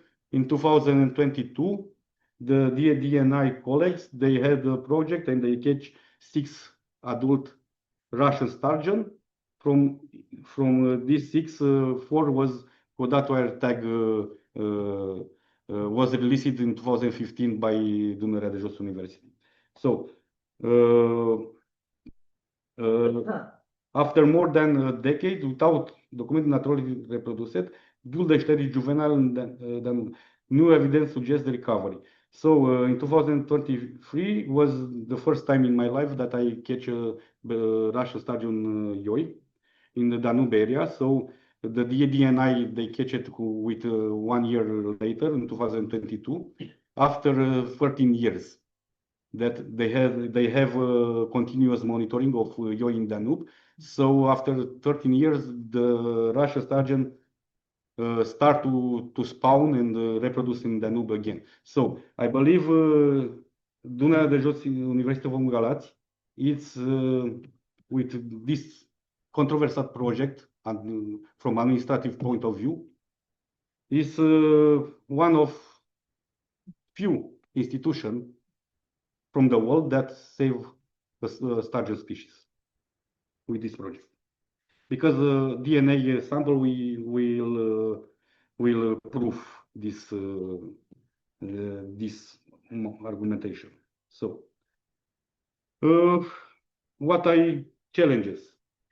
Long-term recovery depends on habitat, including restoring the migration corridors, access to historical spawning sites. So we must go find solution to make this lift approach or channel approach for Iron Gate 2 and Iron Gate 1. Will not be the same if we build this very complicated hydrological construction. Will not be the same before 60s, because in that area, Iron Gate, because Iron Gate is the area actually. After that, the dam was important spawning sites, many sites. So they are gone forever because now it's a lake from Iron Gate 1 there. Priority habitat includes spawning grounds, wintering site, and juvenile. And juvenile feeding and nursery area. We have a problem. I believe, in my opinion, we must all to bring together to propose these places to demonstrate they are spawning or feeding grounds or wintering grounds to make this official by the law, to protect it by the law. It's very important. And the next one, in my opinion, it's adult monitoring during the spawning migration should be reconsidered, as capture, handling, and surgical tagging may induce a strong drawback effect, disturbing upstream migration and potential reducing the spawning success. This is demonstrated. It's a paper by DDNI. From this paper, I believe Stefan Holtz and all, their conclusion from their data, because they tag a lot of sturgeon with acoustic tag, more than 80% of this tag with acoustic tag with surgical incision, they draw back in the sea.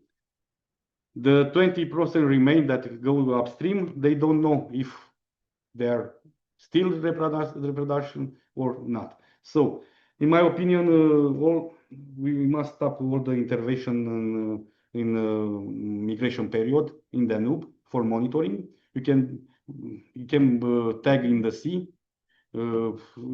We can find solution, and this will be the stopping also the scientific fishing, or how to say it, maybe poaching. So, in my opinion, this monitoring, this is the actually very modern. It's like mainstream to monitoring with acoustic tag.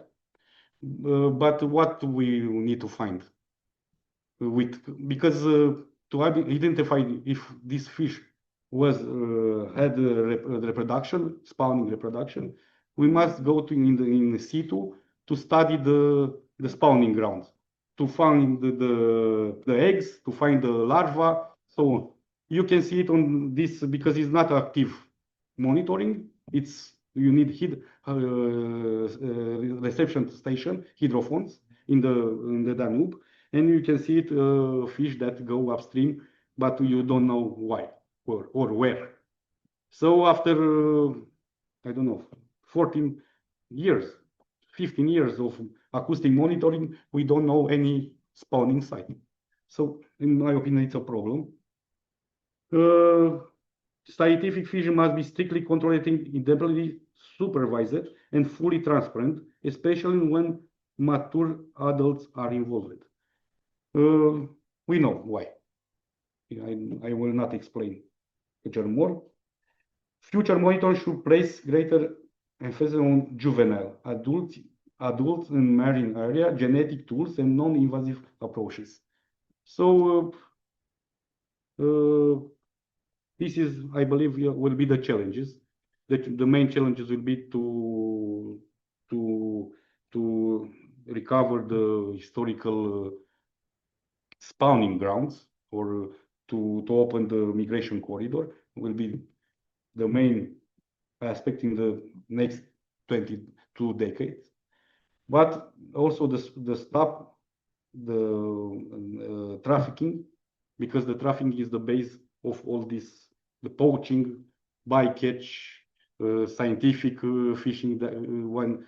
But to let me know, the scientific fishing, it's a good way to know the population. It's not a bad thing to make scientific fishing for good purpose, and with good men, with good personnel, and with good personnel. But this is another question. So all this data with I want to explain that because it's not from my mind, this data with scientific fishing. This is all the bibliography and the official from NAFA official data with all these 732 specimens that they reported from scientific fishing. So are public this data. All this data can be seen on the internet right now on the parliament site. So it's not something. It's very public. All this and the mention that maybe it's poaching is that 2 years ago the environment guard, they catch a scientific fishing team with 4 female of stellatus sturgeon in the boat. So this is the reason that I explained. So this picture is the only Russian sturgeon that I catch in Yoi. I catch it in 2024 in Danube area. So it was like 9 grams, I believe, and 8 centimeters long. So it is hope. It's slow, but we go front. That's it. it's good, the good field. So, question. First of all, why did you use only CVT tags and not fit tags? Yes. You can repeat to, I believe, the online people. Hi, Roshan. Well, I've got questions. The first one is, why did you only use CVT tags and not fit tags when for those fish? And the other one, we have a solution for the acoustic tags for replacing them. Okay. The first one, in 2013, the P tags were very, very expensive. The P tag, now we have some gun that can implement the tag, but then it was a syringe, individual syringe for each specimen. So to can tag 200,000 fishes with this kind of method was not practical. So, but now I believe I'm happy. Because this collateral tag are lifetime. P tag from last data and from the literature, they say that after 10, 15 years, this P tag will not send a signal. So you have also a CVT in the fish. So, but the reason was to can split the wild one from release one. So with this detection, metal detection, because it's a metal detector, was very good in that time. And the second question was the acoustic tag. Yeah, we have a solution for replacing the acoustic tag. No, because the GPS signal will not go from the water to satellite. So the satellite tagging or monitoring with satellite can be used only in the open water. You can see the feeding migration of the beluga in the Black Sea, but it will be a piece of the puzzle. But the big picture will need a lot of these pieces. I don't know. Maybe we invent something to can be monitoring. Maybe the modern Linder, because some guy that makes these bathymetric measurements with the last equipment, they can see the fish. I don't know. It's only a story. They can see the morphology of the fish from the boat. I don't know. I have not seen it until now. Maybe in the future will be something to monitor. But also the acoustic tag has the role, because if you have like a bala branch, you have a slip in the water. The acoustic tag help you to see if this adult sturgeon go upstream from this slip. But we have minuses of pluses of each kind of tag. So for the moment, the LiDAR can see under the water. Not under the water. They say that new equipment, they make some bathymetry, and if this ping, because it's multi-ping, will catch a fish in the bottom, the image released in the laptop can see the morphology of the fish. You can see you can say that it's beluga or Silurus glanis or catfish or something else. So I sincerely I don't know for now, but the thing that I said we want to monitor the fish. Okay, acoustic fishing, but we don't think what we need to achieve, what we need to find with this acoustic, because it's very expensive method for monitoring. The hydrophone and the acoustic tag to have, and you lose a lot of Danube because Danube is wild. So another question.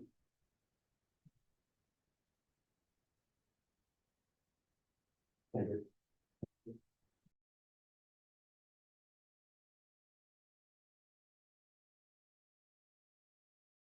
Thank you. We'll go now in Republic of Moldavia, where Mr. Dumitru Bulat will present the characteristic of fish migration between the Nistru River and Răut River. Domnul Bulat, ne auziți? Da, bună ziua. Este prezentarea. Da, se vede, dați pe tot ecranul. În primul rând, vă mulțumesc pentru participare.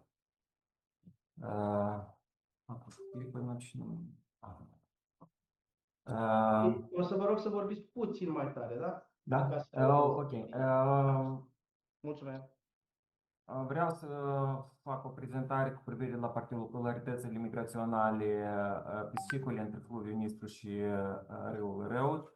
În primul rând trebuie de menționat că râul Răut este cel mai mare afluent al fluviului Nistru și cu siguranță este important și să vorbim din ce cauze pentru asigurarea bunăstării ichtiofaunii fluviului Nistru. Dacă să apreciem anume ichtiofauna în aspect succesional, multianual, în acest afluent observăm o majorare a diversității și în mare parte asta din contul speciilor alogene, din contul speciilor interveniente, care au pătruns în ultimul timp în fluviul Nistru și în fluviul Nistru în râul Răut. Dar și totodată, dacă discutăm despre ichtiofauna râurilor mici, trebuie să menționăm că aceasta este compusă din 4 elemente de bază, una și ține anume de speciile, primul element, speciile caracteristice de albe, care permanent se găsesc în această albe, sunt specii în special cele cu ciclu vital scurt, speciile strategice. De asemenea, ichtiofauna râurilor mici la noi în Republică se îmbogățește în ghilimele sistematic din contul populărilor cu specii de origine asiatică, sâncer, novac, cosaș, care pătrund prin accidental, prin construcțiile hidrotehnice, rasele de crab, speciile caracteristice de lung, deja linul, țigănușul și altele au dispărut, caracuda, și speciile caracteristice fluviului Nistru. Deci este foarte important pentru că aceste specii sistematic migrează sau la reproducere, eu știu, migrează pentru nutriție, da, în fluviul Nistru. Și atât când analizăm capturile din anul 2024-2025, observăm în aspect comparativ cu râul Bâc, observăm o diversitate mult mai mare în râul Răut, vedem 31 de specii și mare parte asta se datorează stării ecologice mai favorabile în râul Răut comparativ cu râul Bâc, care creează, râul Răut creează diferite nișe spațiale pentru diverse gilde ecologice a speciilor de pești. Iată râul Răut, captură caracteristică din râul Răut, unde vedem și specii caracteristice fluviului Nistru, ca mreana, cleanul mic, cleanul, babușca pontic care intră sistematic, Brutilus frisi, scobarul. Noi des le întâlnim în râul Răut și ne bucurăm că avem un râu cât de cât într-o stare ecologică favorabilă, care asigură acele migrațiuni. Și chiar când a fost pe fluviul Nistru, a fost acea poluare de care vorbeam data trecută cu dumneavoastră la iarăși un eveniment frumos pe care l-ați organizat, avem și studii că aceste râuri mici servesc ca zone de refugiu, mai ales în zona Năslavcea, Soroca, acolo unde a fost afectată de produse petroliere poluante. Multe specii s-au regăsit în sectoarele inferioare a influențelor, s-au retras și s-au refugiat. Asta e zona de debușare, unde de fapt caracteristici sunt speciile de guvizi, ciobanașul, mocănașul, guvidul de baltă, moaca de prădiș, zvârlugile. Și iată, în comparativ, râul Bâc pe care noi îl avem și este un dezastru ecologic într-adevăr, unde nu putem vorbi de o viață, este un râu mort.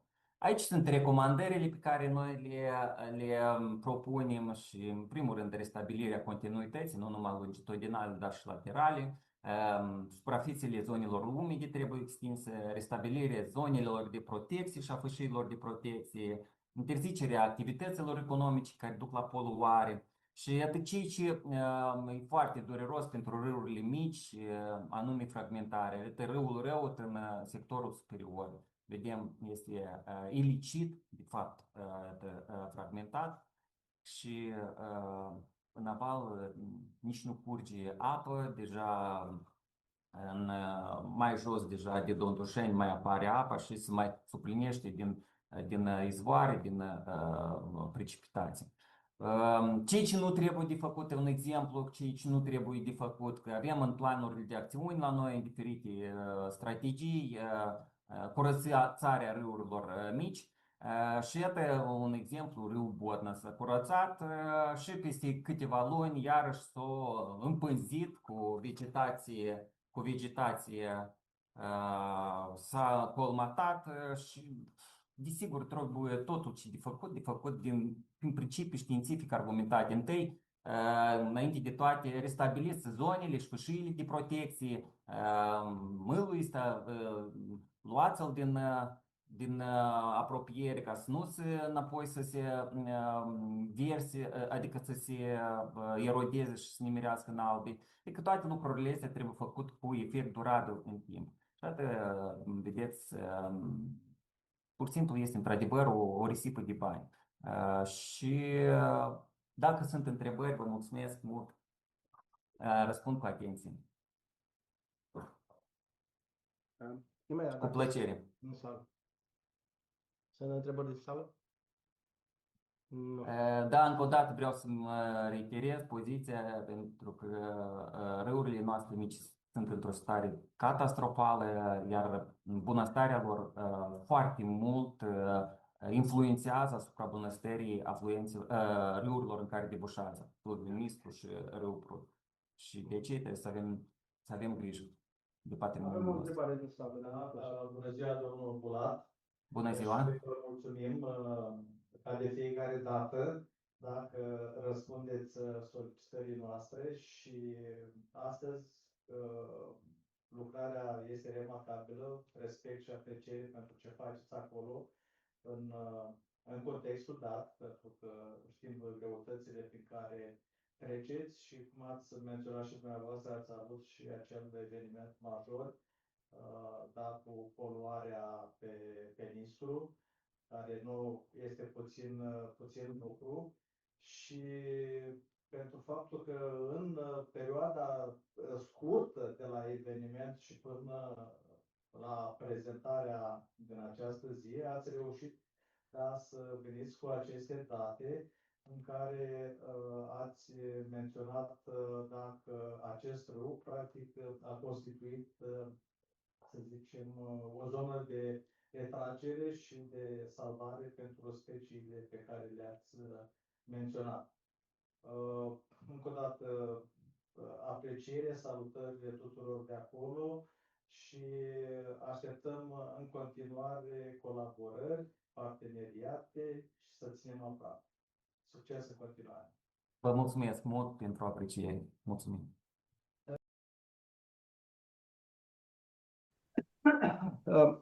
Această prezentare a dumneavoastră va avea în filmul final, știți, și subtitrarea în limba engleză, adică o să fie așa cum trebuie să fie. Mulțumim mult încă o dată. We go with the next presentation. Isabel Metaxa from University of Dunărea de Jos, from Galați. The Last Journey of Caviar. I think will be a very interesting presentation. Isabel.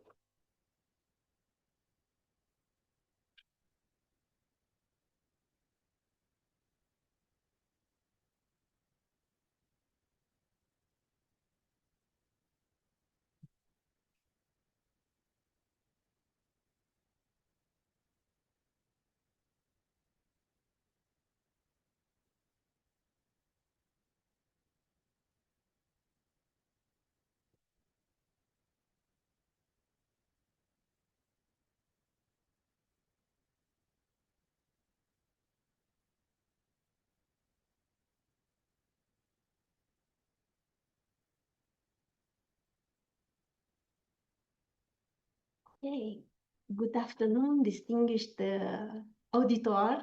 resistant auditor to the last presentation.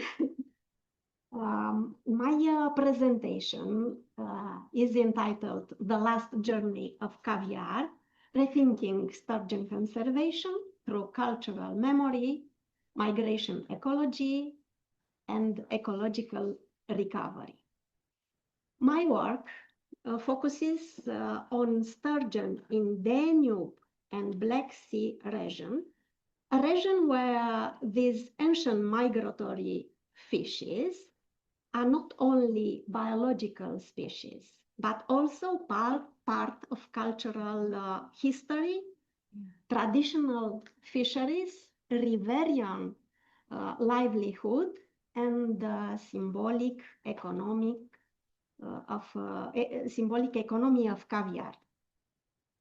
The central argument of my presentation is that sturgeon conservation cannot be reduced to species prediction alone. It must also address the cultural meanings of caviar, the ecological disruption of migration routes, and the long-term recovery of river ecosystems.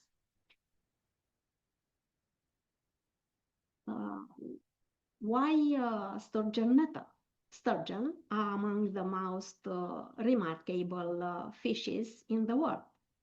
They belong to the order Archipenseriformes, and ancient lineage with deep evolutionary history. They are long-lived, slow-growing, late maturing, and often migratory. These biological traits make them fascinating from an evolutionary and ecologically perspectives, but they are also make them extremely vulnerable. Unlike many short-lived fish species, sturgeon cannot recover quickly from overfishing. When mature adults are recovered, especially reproductive females, the loss is not only immediately. It affects reproduction for many years, sometimes decades. This is why sturgeon now are considered among the most threatened group of animals assessed by International Union for Conservation of Nature. Historically, there are a lot of native species of sturgeons, including beluga, Russian sturgeon, stellate sturgeon, starlet, sheep sturgeon, and European sturgeon. From historical point of view, these species have been closely connected to the river economy and cultural identity of the region. For centuries, sturgeon fisheries contributed to local livelihood, food tradition, and commercial exchange. However, the same region is now one of the key conservation frontiers for European sturgeons. Remaining wild population face a combination of threats: illegal fishing, habitat degradation, migration barriers, weak market control, and the continuing economic value of caviar. So, the Danube is not only the geographic settings, it is a living conservation landscape where biology, culture, economy, and governance intersect.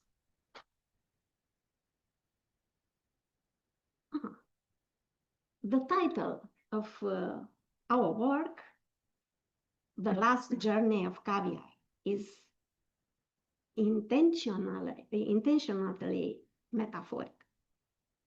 Caviar is usually presented as luxury product.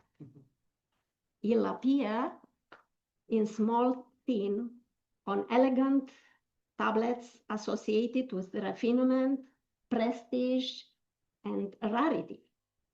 But biologically, caviar is something very different. It is reproductive life. It is part of the biology future of the sturgeon.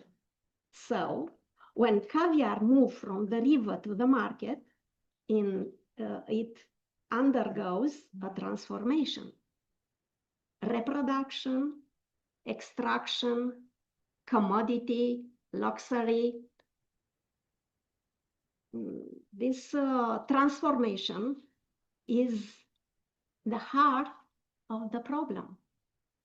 The journey of caviar from river to global market mirrors the interrupted journey of the sturgeon from the sea to spawning ground. In other words, the cultural journey of caviar and the ecological disruption of migration are deeply interconnected.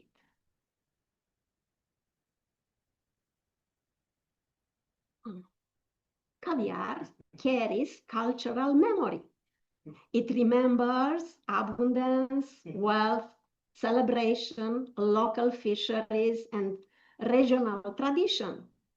But cultural memory is selective.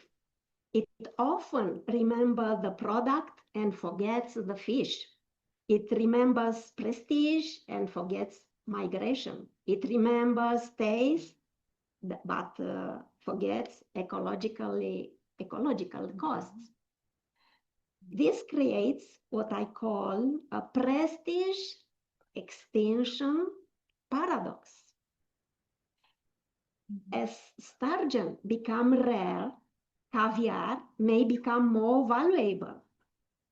As caviar become more valuable, exploitation pressure may increase. In simple terms, rarity, luxury, value, market pressure. This is dangerous because in conservation biology, rarity is a warning sign. But in luxury markets, rarity can become a selling point.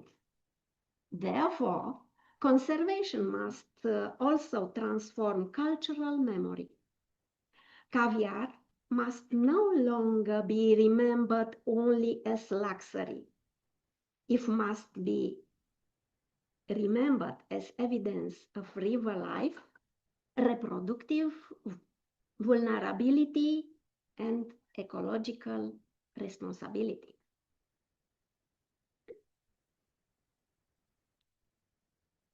Okay. In the second major dimension of this work is migration ecology. Many sturgeon species are anadromes. They spend part of their life in marine or brackish water and migrate in the rivers to reproduce.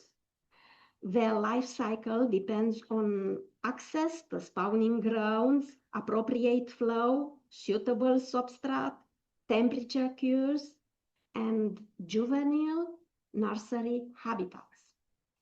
This means that sturgeon conservation is not simply about protection fish in one location. It is about the protecting movement of fish.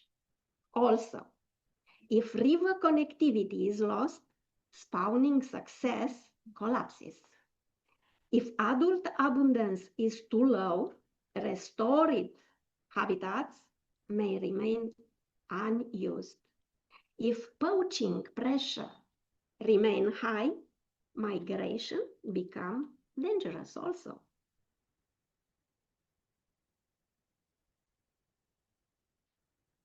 In the Danube, of the most important fish migration disruption is the Iron Gates dam systems. From the Iron Gates 1 and 2 dams have blocked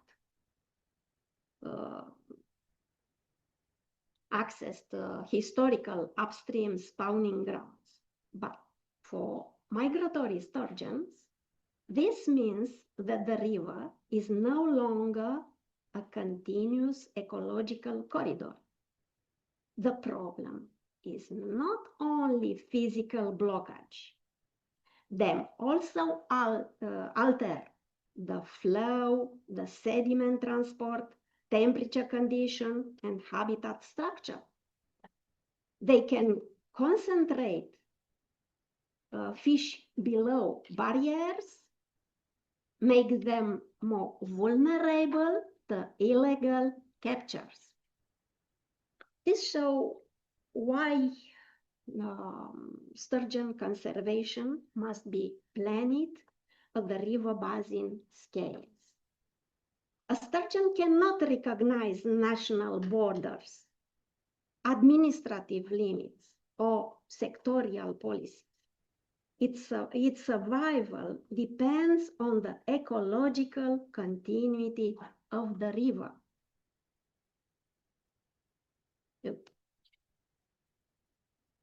A second major pressure is illegal fishing and trade, although sturgeons are protected by national and international regulations.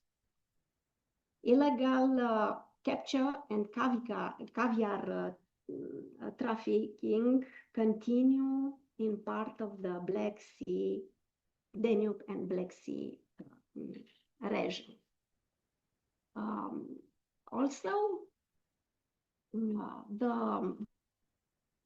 this aspect is especially damaging because poaching often targets mature adults, including females which carrying the eggs, certainly. This removal of one reproductive female can represent the loss of decades of growth and future recruitment.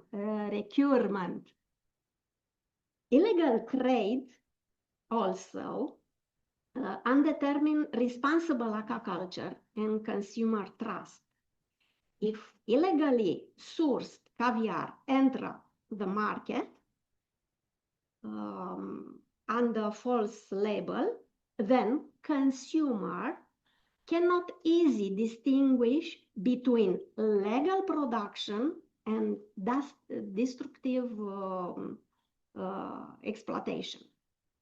Therefore, conservation must address the entire chain: river, capture, transport, processing, market, and consumer. Strong enforcement is necessary, but not enough. It must be combined with traceability, genetic testing, market inspection, public awareness, and alternative livelihoods for local communities.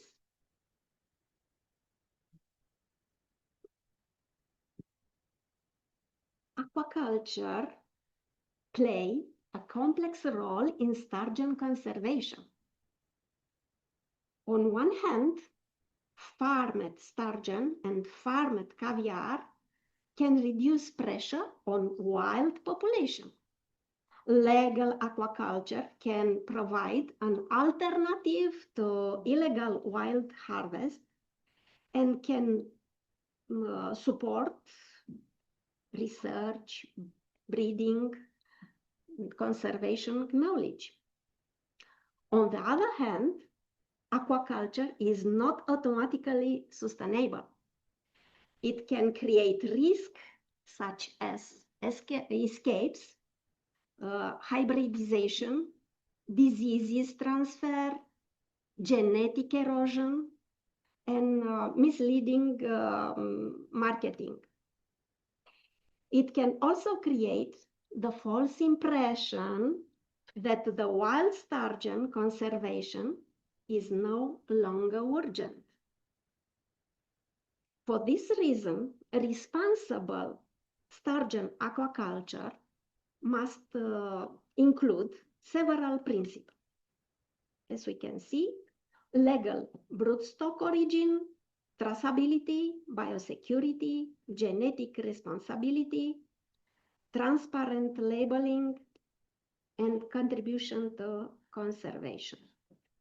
The goal should not simply be to produce more caviar through aquaculture. The goal should be to ensure that aquaculture supports the recovery of wild sturgeon and healthy rivers. Okay. In the third major concept is ecological recovery. Protection is necessary, but protection alone is not recovery. A species can be protected by law and still continue to decline. A species can survive in hatcheries and still be ecologically absent from the river. For sturgeons, real recovery means that wild population can migrate, reproduce naturally, recruit juveniles, maintain genetic diversity, and persist over the generation. This requires several linked actions. As we can see, river connectivity must be restored. Spawning and nursery habitats must be protected. Adult fish must survive over the migration process. Illegal fishing must be reduced. Genetic monitoring must guide stocking. Aquaculture must be responsible. Local communities must be included. In short, recovery is not a single intervention. It is a long-term socio-ecological process. All the fishes. In the context of World Fish Migration Day, with the theme, "We are river people," is especially meaningful for this topic. This theme remind us that fish migration is not only an ecological issue, it is also a human issue. People and river are connected through food, identity, through work, through memory, through economy, and responsibility. In the Danube Black Sea region, sturgeon conservation is therefore also about river communities, fishing heritage, aquaculture producers, consumers, scientific and policy makers. The sturgeon become a sentinel species in this case. Its decline tells us that rivers are fragmented, markets are ethically unstable, and governance is incomplete. Its recovery would signal not only the return to a species, but the recovery of the healthier relationship between people and rivers. To conclude, the sturgeon crisis requires us to rethink conservation. Sturgeon are not only endangered fish, they are carrying of evolutionary memory, cultural meaning, ecological movement, and ethical responsibility. Caviar should not be understood only as a luxury product. It should be understood as an endpoint of a biological journey that has too often been interrupted by human desire, market pressure, and river fragmentation. The central message of this work is that sturgeon conservation must connect it three-dimension essential: culture memory, migration ecology, and ecological recovery. If we remember caviar differently, restore river seriously, govern markets responsibility, and include river communities in conservation, then the last journey of caviar does not have to become the last journey of the sturgeon. This last journey should become the beginning of the new conservation imagination, one in which rivers are restored, migration is protected, and culture memories becomes a force for ecologically recovery. And now I would like to thank you for your attention. And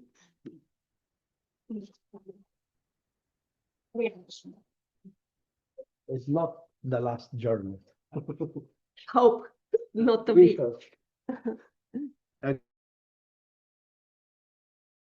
Other question. I want to thank you all for this very interesting international conference. The people who send the presentation in short time will get the certification for presence of this conference, and people with PhD who want to give his present to university will also next week will get the certification of presence of this conference. The book of abstract will be in short time also published on the website of the conference, and of course we'll have DOI and everything. Thank you for all, and good luck, and we hope to see you to other presentation like that. Thank you all.